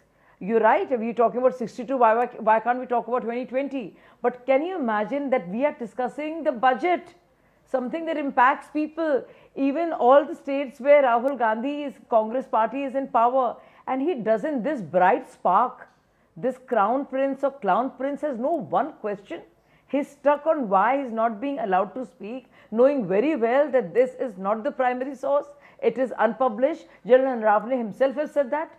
I don't understand what is his stubbornness.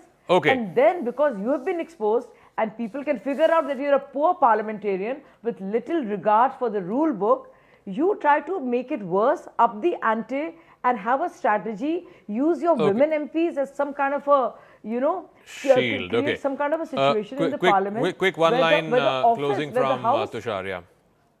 Quickly. You know, again, correct me if I'm wrong, Zaka, but it's not that Rahul Gandhi is not being allowed to speak. He's only being requested, and I used the word requested here, that he should just speak and also honor the rules of the parliament. He shouldn't be quoting from an unpublished book. If he's any other thoughts on the, address of the president, he's free to express them. But it's not that he's not allowed to speak. That's where I feel the difference. We'll leave it at that. Thank you very much, Tushar, Brijesh Kolappa, and also Shazia Elmi for joining us. Hopefully, we'll get some debate going in Parliament. We'll know tomorrow. There have been separate meetings between the Speaker and representatives of the government today, as well as representatives of the opposition. We'll see if at all we get a halfway decent debate. Another story that's been really all over the headlines today is this high-speed luxury car crash in Kanpur, and that's triggered massive outrage. This happened Sunday afternoon. A young man was driving a Lamborghini. His name is Shivam Mishra. He went on a rampage, ramming into pedestrians and vehicles. The luxury car first hit an auto rickshaw, then it rammed into a parked Royal Enfield motorcycle. Then it, in the process, flung the rider several meters before crashing into an electric pole. 6 people in all were injured in this crash.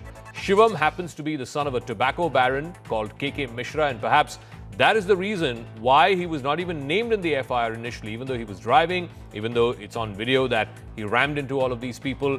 The police promptly sent him for medical examination without ensuring that his whereabouts were known. So as a result of it, over 24 hours later, Shivam Mishra is evading the law despite there being proof on camera. Shivam's lawyer claims that he was not the one who was behind the wheel, and that is something, it's a standard defense taken by these rich and famous and their kids, that, oh, no, this person was not driving, it was a driver who was driving. Even when the family has refused to cooperate with the investigation, they've blocked the police team from entering their house in Kanpur, their mansion in Kanpur, and yet the police have not given a good enough reason as to why this rich, spoilt brat who was responsible for the injury of 6 people, ramming his car into these 6 people, why he's not been arrested yet and why he's not been sent for a medical examination. देखिए, मैं आपको बताना चाहूँगा, ये high profile मामला था जिसमें hit and run का मामला था, जिसके बाद पहले तो इसमें FIR लिखने में 4.5 घंटे लग गए। उसके बाद बाउंसर्स की मौजूदगी में कार को ग्वालटोली थाने में रखा गया और उसके बाद FIR की फर्द में अब इसका नाम बढ़ा दिया गया है, जिसके बाद पुलिस के 2 सब इंस्पेक्टर, 2 कांस्टेबल इस वक्त जहां हम खड़े हैं, देखिए आप साफ देख सकते हैं, स्टेशन इसका 8/20 आर नगर यहाँ इस वक्त मौजूद है और पुलिस के ऑफिसर्स ने यहाँ दरवाज़ा खटखटाया और खटखटाने के बाद यहाँ किसी ने दरवाज़ा नहीं खोला। लगभग आधे घंटे तक प्रयास होने के बाद आप देख सकते हैं कि अंदर बाउंसर्स मौजूद हैं, 5 बाउंसर्स देखे जा सकते हैं जो वहाँ खड़े हैं, लेकिन दरवाज़ा किसी ने नहीं खोला। यानी कहीं ना कहीं पुलिस के नॉक करने के बाद भी इस दरवाजे को नहीं खोला गया और ऐसे में अब पुलिस की टीम निराश होकर यहाँ से लौटी और ये क्या माना जा रहा है कि अपने सीनियर ऑफिसर्स को इसको अवगत कराएंगे और पुलिस अपना नेक्स्ट प्रोसीजर करेगी, क्योंकि सब इंस्पेक्टर्स ने आइडेंटिटी बताई कि वो ग्वालटोली थाने से हैं और उसके बाद भी दरवाज़ा नहीं खोला गया। पहले जबकि देखिए माइक भी यहाँ CCTV कैमरा लगाया, उस कैमरे के उसमें ऑडियो कैमरा लगा, उसके उसने बताया यहाँ से कि मैं सब इंस्पेक्टर हूँ, ग्वालटोली थाने से हूँ, ये ऐसे मामले में पूछताछ खिलाया। उसके बाद ही दरवाज़ा नहीं खोला गया। 25 से 30 मिनट बाद यहाँ से टीम वापस लौट गई। अब अगर पुलिस के अधिकारियों की माने तो पुलिस ने जहाँ एक और फर्द में नाम बढ़ाया तो पुलिस की टीम अब जांच में जुटी है और ये अनुशासनहीनता है और कहीं ना कहीं पुलिस के लिए भी एक चैलेंज है कि पुलिस की टीम पहुंची है, उसको दरवाजा ना खोलना कहीं ना कहीं एक क्राइम की श्रेणी में जरूर आता है। So will the law not catch up with the high and mighty, the rich and famous, as it were? I'm now joined by a very special guest, Kiran Bedi, former IPS officer, former Lieutenant Governor of Puducherry. So this businessman's son, a business baron's son, he was allegedly drunk while he was driving. He was speeding his Lamborghini, it lost control, it rams into a crowd, several people are injured. Thankfully, nobody died. But the worst part, ma'am, is he then gets into an argument with the people who've gathered there. His bouncers are trying to push and shove the people who've gathered there. He attempts to run, but the crowd catches up with him. The police have launched an investigation. They've seized the car. But so far, this boy has not been arrested. It's almost like, he can do what he is doing and what he has done and get away without fear of arrest. Well, that's the image of the law is unequal. In India, it's an unequal law. One law for the high and mighty and the other law for the underprivileged. So I think that's reflective repeatedly again and again. And number two, which is very general, correct, is the fear of law. There is no fear of law. Unless we raise the fear of law and certainty of punishment, and then not being able to get away with it, whoever you may be, things will not change. And this is getting exposed again and again. We don't do any surveys. If we would do a snap survey of fear of law amongst the citizens, they will say fear of harassment, but not fear of law. But tell me, drunk driving, and that too ramming people, injuring them while you are drunk, at the very least, shouldn't his license be confiscated? Shouldn't he never be allowed to drive another car again? Yes, he can be. The law permits you to suspend the license. The law permits you to suspend the license. But how many licenses have been suspended? Can we do a survey? Can we do an RTI? See, how many licenses have been suspended of persons who did drunken driving, that they can't drive for next few years or so? It is, the laws exist, but there is a lack of implementation of the law. Also probably knowledge of the law. And there is no fear of law. So the sense of entitlement as well. Like I said, he should have never been behind the wheel of a car, drunk. That he did. And then he's not able to control his car, he rams into people. And the sense of entitlement that after ramming into people, he can just walk away from that place, from that scene, as though nothing happened. And it's only because the crowd got restive that he finally got apprehended. Wherever I don't know. But if he walked away, I think the concerned station house officer or the police officer who was dealing with it has a lot to explain. What is he afraid of? Why did he walk away? Why? What made him let him go? I think that the answer can only come from the SHO, because this is certainly not done. Totally not done. Case should have been registered and he should have been arrested by now. So one suspension of a police official has happened. And instead, Raka, he should have been even sent for medical examination. Yeah, that's exactly what I was getting at. If this whole thing was basis his drunk driving, then the alcohol in your blood alcohol level sort of is there in your body for about anywhere between 24 to 48 hours. Would that not have already been, diminished somewhat, if not gone already from his system? No. The urine sample will tell you of, even if it's a few days back, it will tell you. The urine sample would indicate. So I think the blood sample and the urine sample. Besides the breathalyzer, if it's been a long time, maybe the breath has got weakened of a smelling of alcohol. But the bloodstream and the urine sample will give the evidence. So isn't that the first thing the police are obliged to do when somebody is caught in an accident or has lost control of his or her car? One of the first tests that you do is to send this person for a quote-unquote medical, right? Absolutely. He was supposed to have been arrested and then sent for medical examination. And that clearly did not happen in this case. In this case, if he's walked away, then you've lost very important medical evidence, which we were. So they've allowed him to go, if he's allowed to go, to save himself from medical evidence. Is it possible now, ipso facto, post facto, to try and, apprehend him and then send him for a medical? Will it at all serve the purpose? It might, because traces of this will be still available in both blood and the urine sample. The contrast of the two stories, the one that happened last week, where a young man met his death because he fell into an open pit that was dug up by the Delhi Jal Board. And today you have the story of a boy with a silver spoon ramming into people, injuring them, basically showing that these are the two contrasts, these are the two Indias that we're living in. Very serious deficiency in grassroots governance. And there's a very serious deficiency in our grassroots governance. And I think our grassroots governance is collapsing. It's collapsing. It's being very selective. It's only being used. It's not delivering. And that's a serious implication, and that's a serious concern for the seniors. And remember, grassroots governance only collapses when the middle level and the top level leadership becomes weak in oversight and supervision and training and involvement and teamwork and grassroots work themselves. I think this is what's happening. The grassroots governance is totally now very weak. People are only afraid to even connect with them because they're not assured of the response. The only thing they can think is, oh, if we go, I will be harassed, or I might get into it. So I think the problem is it's people at large are losing trust in the grassroots minimum governance, and the fault lies in both middle level leadership and at the top level, because they're not. Okay. It's a disjointed, disconnected governance at the moment between the top and the bottom. Okay, Kiran Bedi, we'll leave it at that. Thank you very much, ma'am, for joining us here on Brass Tacks. Thank you.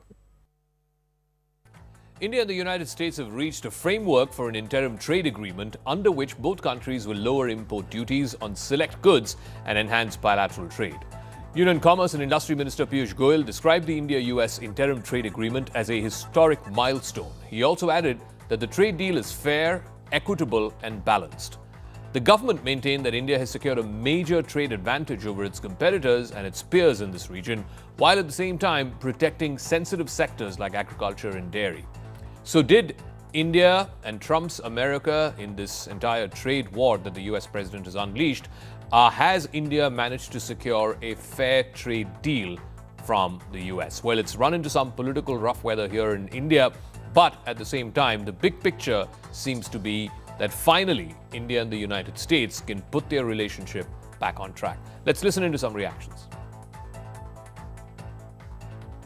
As we began.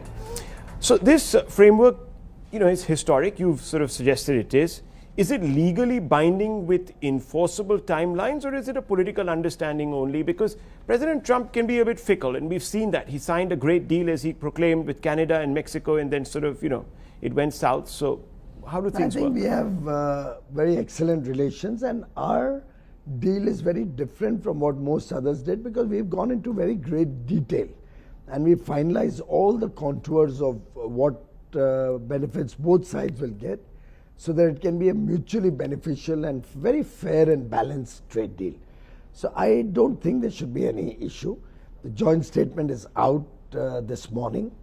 We already have started discussions to convert that into legal text, and we should be able to be up and about by about mid of March.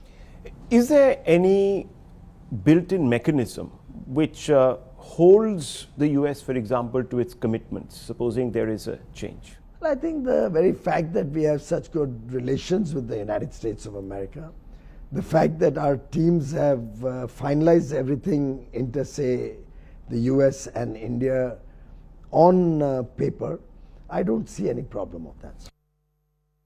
So in the end, India and the United States have a deal, but how fair, equitable and balanced is this deal? And of course, given the history that we've seen between Trump and the South Koreans, the Japanese, even with the European Union, will this last? Will this trade deal last, or will Trump go back on his word? I'm now joined by a very special guest. Sir Martin Wolf is the chief economics commentator with the Financial Times newspaper. Thank you very much, sir, for speaking with us. First things first, your broad overview of India and the United States now announcing this interim trade framework. They're hoping to sign this sometime in mid-March. But do you reckon this is a fair and balanced deal for both sides, particularly for India, because there was a lot of bad blood and bickering and back and forth that happened over the last 6 months? Well, I haven't looked at this deal in real detail, so it would be unfair for me to say I'm an expert on the deal. My sense, however, is that it's clearly an improvement on the status quo ante. I mean, with 50% tariffs. And that's very, very important. I mean, let's be realistic. The US is a more important market than India. It's more powerful. And having much better terms of access to the US is extremely important for India. Of course it is. I would say, nonetheless, the US remains protectionist vis-a-vis India. The tariffs are quite high. And that's a problem. I also happen to believe that opening the Indian economy and here I include very much the perspective, the deal with the EU and the UK, taking these together, opening the Indian economy is an important benefit for India. I know that's not how it's always seen in India, but I believe India has benefited from the liberalization of the 90s. And I think these deals that India has done, even if they're not strictly reciprocal, require India to open, in some domestic sense, excessively, quote unquote, are in India's interest. So on balance, this is very much better than the situation before. How much do you think the fact that I think exactly a week before the India-US trade framework got announced, there was the India-European Union trade agreement that was announced with a lot of fanfare. Ursula von der Leyen was here, Antonio Costa was here, the summit happened. How much do you think that sort of forced Trump's hand, if you will? One of the things I have learned is really not to try and psychologize Trump. I find him basically incomprehensible. He is so different from people I know and people like me that I can't make sense of it. But it would not seem to me at all implausible that the fact that India has shown itself able to reach important deals with other significant trading partners is a factor in Trump's mind. I mean, he doesn't want, quote unquote, to lose India. He knows, and the Americans certainly know, that India is a very important rising country and economy, which they want to have on their side. I believe that the actions they took with these super high tariffs last year were outrageous. They found a way to get back from it. That seems to me a good thing. And I think it's perfectly plausible that Trump looked at the situation and said, we're getting isolated from the Indian market. We don't want that. So that may well be a factor. In the end, I think it shows that India has big opportunities, which I've always believed in these negotiations, and has every chance, as a number of economists I've read, Indian economists I've read, stress, very good chance of getting substantial gains from these sets of deals. There are 2 points of concern. One, of course, concerning Russian oil. I mean, the reason why Trump imposed the ad valorem 25% duty on import of Russian oil, and India was the only country that had to face that. He signed an executive order just as this joint statement was announced over the weekend, where he basically said that I've been told that India has committed to not buying any Russian oil, and therefore I'm reducing this 25 or taking off this 25% ad valorem duty. And in the event that India does go back to purchasing Russian oil, then I will impose or reimpose this 25%. And that's led to some concern here in India because A, the government of India has said we've not made any such commitments, and B, this is at the end of the day a sovereign decision who India buys oil from or who anybody buys oil from. Well, I can't obviously comment on a deal that I don't know. Clearly, that was part of the discussion. I knew that that's part of the discussion. What has actually been agreed, I don't know. So, and I don't know who does know. Now, I'm not an expert on how far India has been able to buy oil from Russia more cheaply than it would have done if it had been on the world market. My own view has always been that oil is an internationally tradable commodity, and the price ultimately is set by world demand and supply. So if India buys less oil directly from Russia, Russia will have to find other places to sell it, and that will affect world prices, which will then be lower than they would otherwise have been, and India can buy at those world prices. So the question to me is not how much oil, how much less oil India imports from Russia, but how much more expensive its overall oil imports both from Russia and elsewhere, as it were. Its aggregate oil imports will be as a result of this deal. And to answer that is a very complicated question, because it would have to include an analysis of what the oil India doesn't buy, if it doesn't buy some oil now, where it will go. And I don't know. So Trump says whatever commitments India has made to buy less of Russian oil, they'll buy American oil. And I think one of his social media posts even suggested possibly Venezuelan oil. You think one could be a replacement for the other? I mean, leaving aside the cost factor, that is. Well, Trump has a very, very primitive view of economics, and he certainly doesn't understand that oil is a fungible commodity whose prices are set in world markets. I would be extremely surprised if the next cheapest oil for India would come all the way from the United States. I mean, you have some very, very large producers who are rather closer to you. And it's quite expensive to ship this stuff. So it will be very surprising if a decision to buy American oil were the rational decision for India to make, at least surprising to me, once you've decided, if it's decided not to buy Russian oil directly. And I suspect that if India is going to do that, it would either have to pay more than otherwise, which really would be a cost, or in fact, far more sensible, it would buy from the Gulf, most probably, and countries that buy from the Gulf will buy, perhaps European countries buy more from America. This is on the assumption that we're dealing with a world market. Now, if Trump is trying to segment the whole world market by geographical origin, without any consideration of the cost. It's absurd. It's completely ridiculous. But Mr. Trump has so many ridiculous ideas, I wouldn't rule it out. One of the things, and you know this, historically, India has been very protective of its agricultural sector. And, you know, in the EU FTA, for example, both agri and dairy were completely off.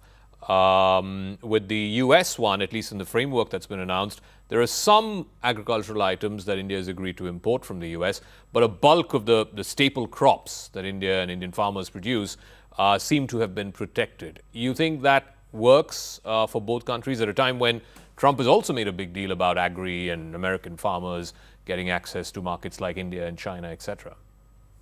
Whether it will work politically in the sense that they can hold a deal is not obvious to me. I've always believed that, whether rightly or wrongly, this raises gigantic policy and political issues in India. I've followed India close enough to know that basically the staples are off limits.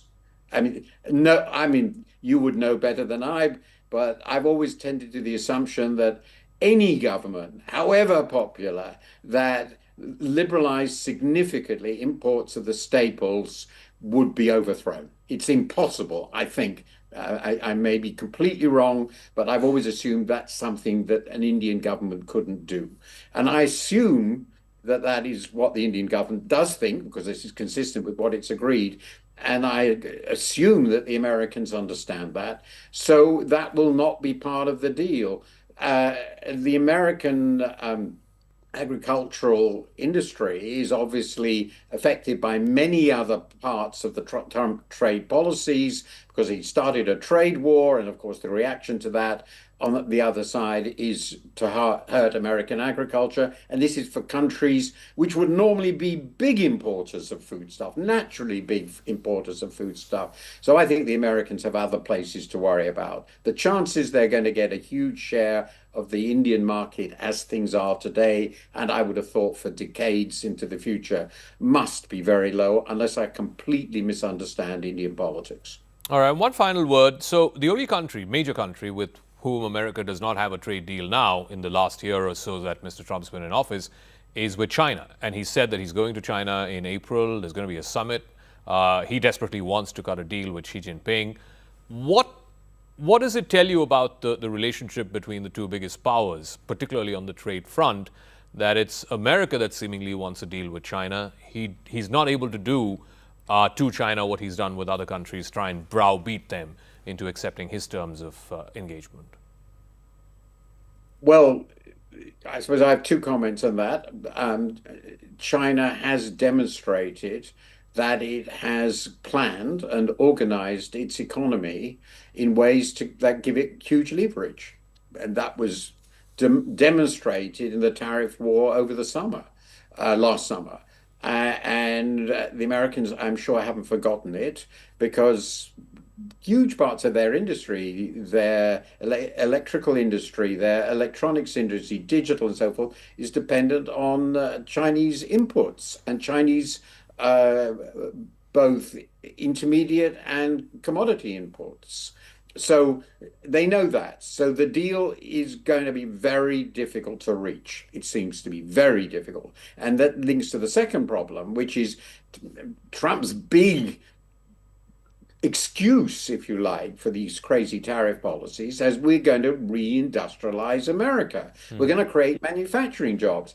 Well, who is the biggest and most competitive producer of manufacturers in the world? China. So by definition, his aim must be to stop their exports to the United States, or find some way of getting them, this might be more plausible, to invest heavily in the US, for instance, in the car industry, which would possibly decimate Detroit. So what I find here is I don't see, given the equality of power of the two sides and the immense strategic tensions between them, I've talked about the economics, also obviously geopolitical, I don't see where the deal lands. So it may be there will be a deal, but I will be incredibly surprised if it meant anything economically, and I would be not surprised if it didn't actually last. And I think the Chinese, who are very strategic, unlike Donald Trump, and very powerful, are going to think very, very carefully before committing themselves to something which they think won't work in the long run. And that comes back to the issue you raised at the beginning. With any deal with Trump, including India's deal, can you assume it will last? That he won't change it? No, of course you can't.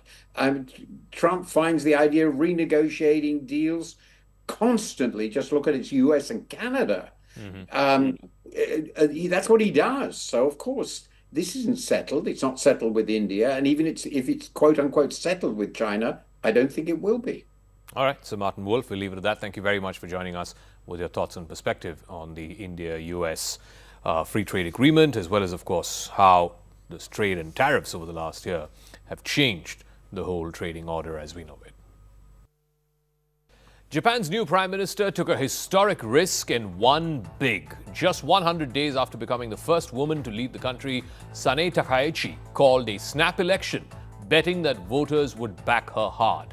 In fact, her line of politics and her ambitious economic program, all of which the Japanese people have given a resounding mandate to.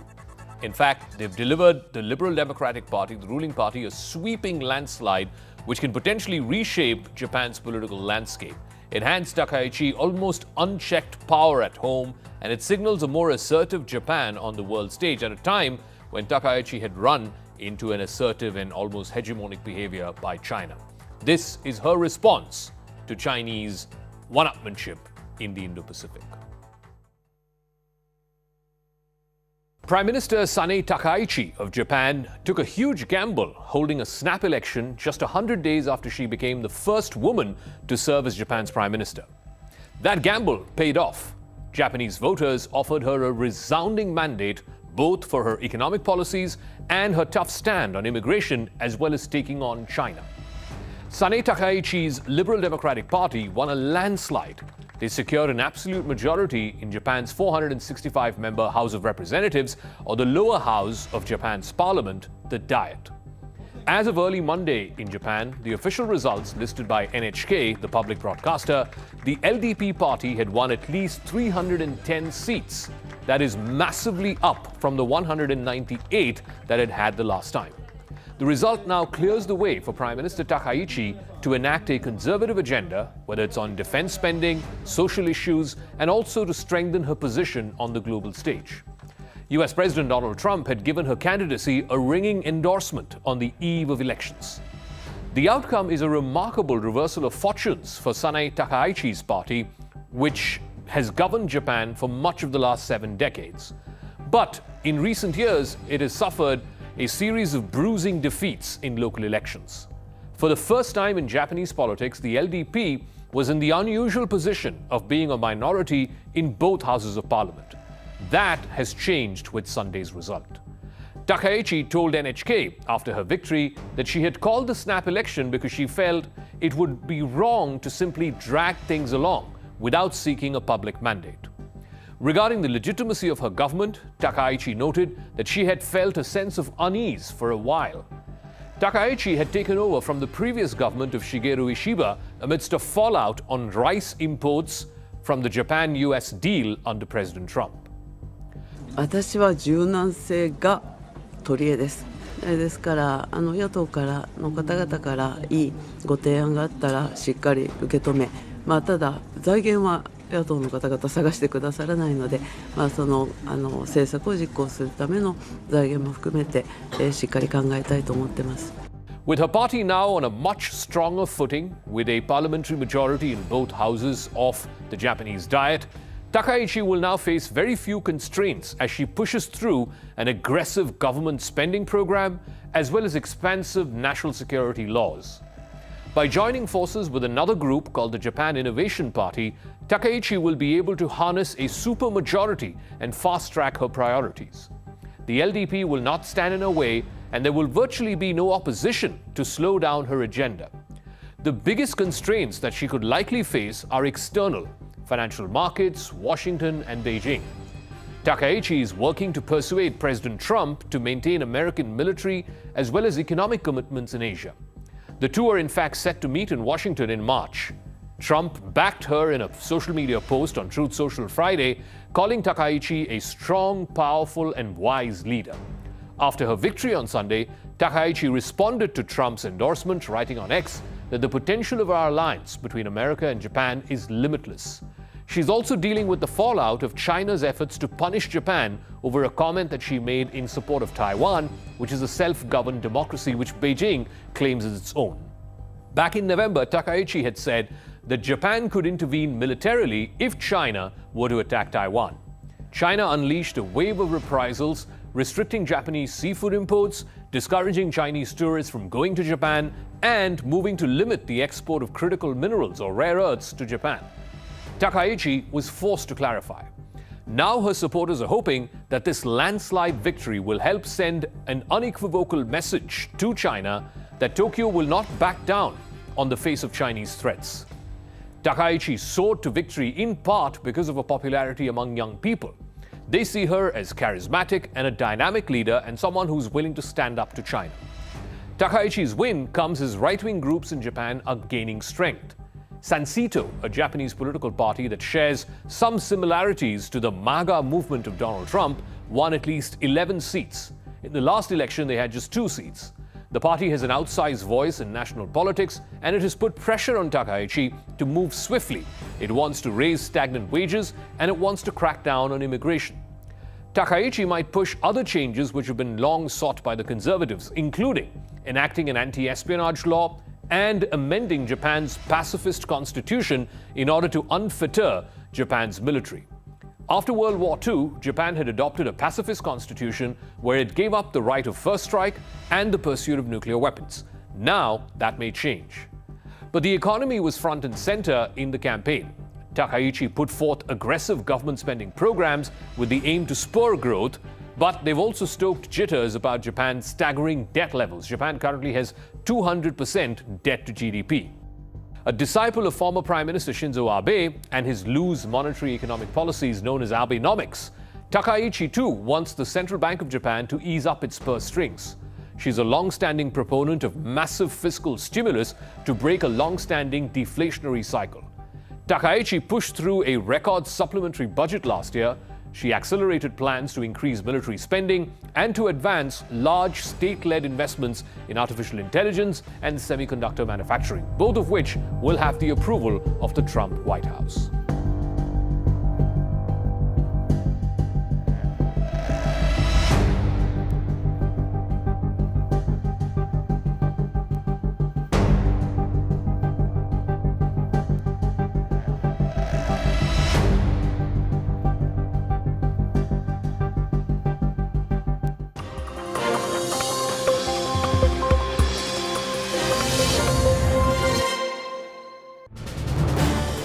This is News 18 Network.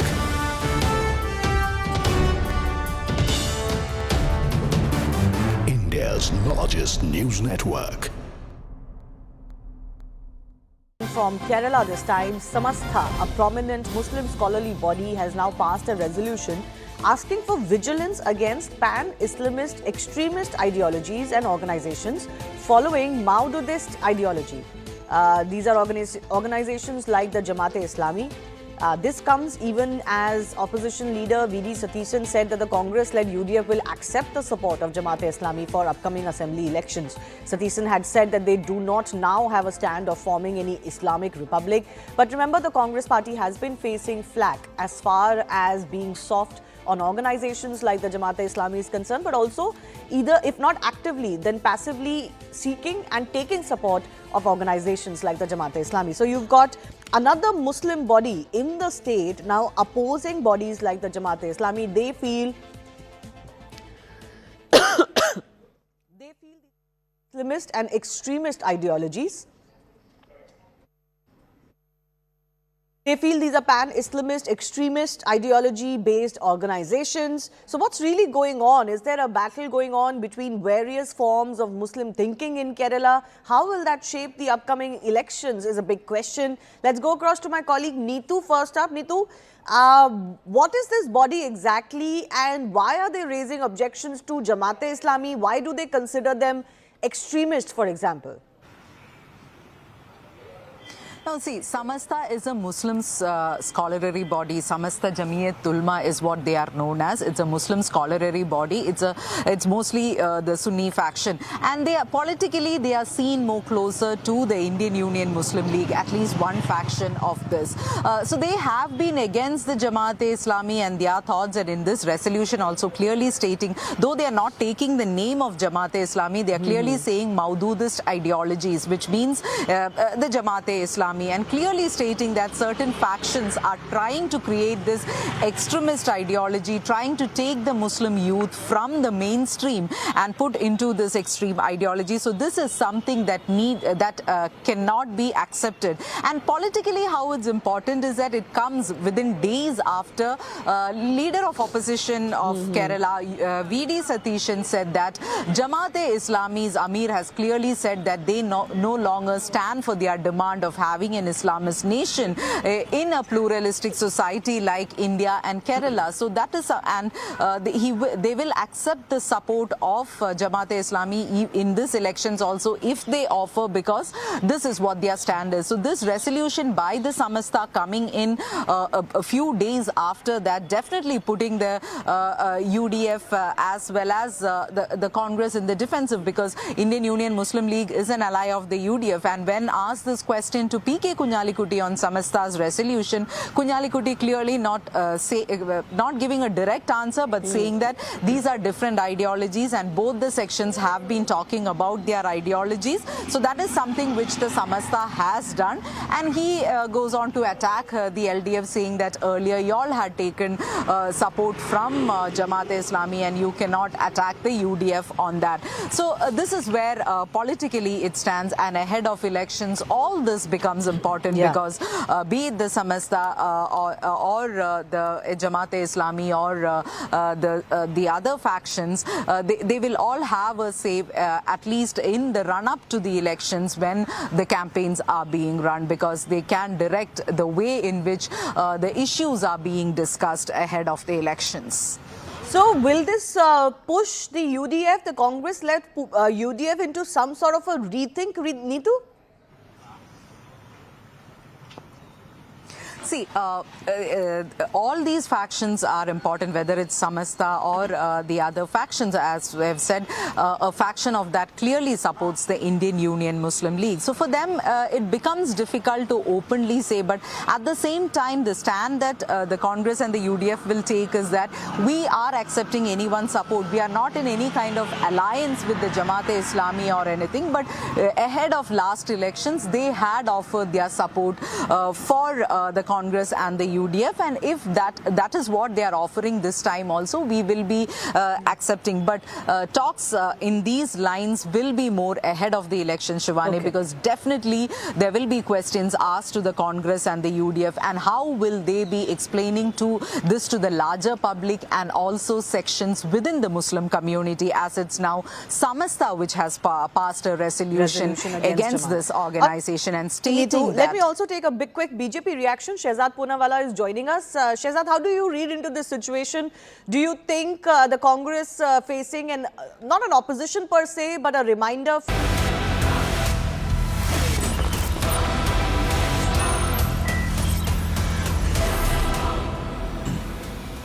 Viewers, the Rashtriya Swamsevak Sangh, you all know, has been villainized by the left for decades. It is usually described by this ecosystem as a right-wing, fascist, upper caste, Hindu nationalist organization that has excluded and tyrannized minority religions and castes, including women, viewers. On any given day, Latvian stalwarts will rant against the saffronization of India under the Sangh's ideological, and they call it this, viewers, onslaught. But not one of these individuals is ready to accept the facts that today, not only has the Sangh's membership been growing by 20% year on year, but that it is now being embraced by a diverse cross-section of civil society. In fact, viewers, people who didn't identify themselves with the Sangh's point of view are today happily sharing a stage and even endorsing its seva to the nation. The first day of the Sangh's centenary celebrations was attended by Salman Khan and Ranbir Kapoor, as well as filmmakers Mohit Suri, Subhash Ghai, Nitesh Tiwari, Mahavir Jain, Om Rawat, Vikram Malhotra, lyricist Prasoon Joshi. Even K. Joe, viewers, was there. Somebody who has been associated or appropriated, I don't know, viewers, by the Latvians Brigade. On the second day, Akshay Kumar, Vicky Kaushal, actor Ananya Pandey, all of them were in attendance.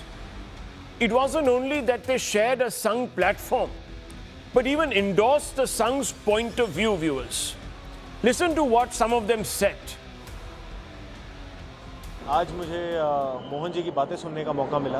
पहली बार उन्हें आमने सामने देखा है और उनकी बातें सुनी है और बहुत प्रभावित फील कर रहा हूँ। बहुत ही प्रैक्टिकल बातें, बहुत ही सेंसिबल बातें थी और बहुत विषय के बारे में बातें थी। बहुत कुछ सीखने को मिला आज और मेरे संकल्प को उन्होंने और दृढ़ बनाया है।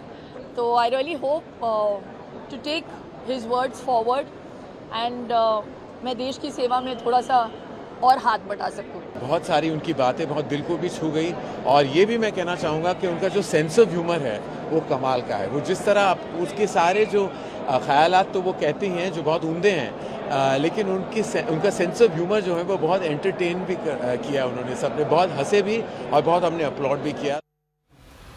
Viewers, most of these stars are today being trolled. In particular, Salman Khan. No sooner did Salman Khan and these other A-listers embrace the Sangh and endorse its seva, they were singled out for abuse and mocked for their civility, viewers. UBT leader and Rajya Sabha MP Sanjay Raut questioned whether Salman Khan has sold his soul by accepting a payment to draw crowds or to project that Muslims are welcome at RSS functions, viewers. Sanjay Raut said, since when has Salman Khan been linked to the RSS? Since Modi has come to power, people are backing the RSS out of fear. They don't want to anger the RSS. The Sangh must answer, are doors of the RSS open to other Muslims? Or is this just optics for RSS image management, unquote? This is, of course,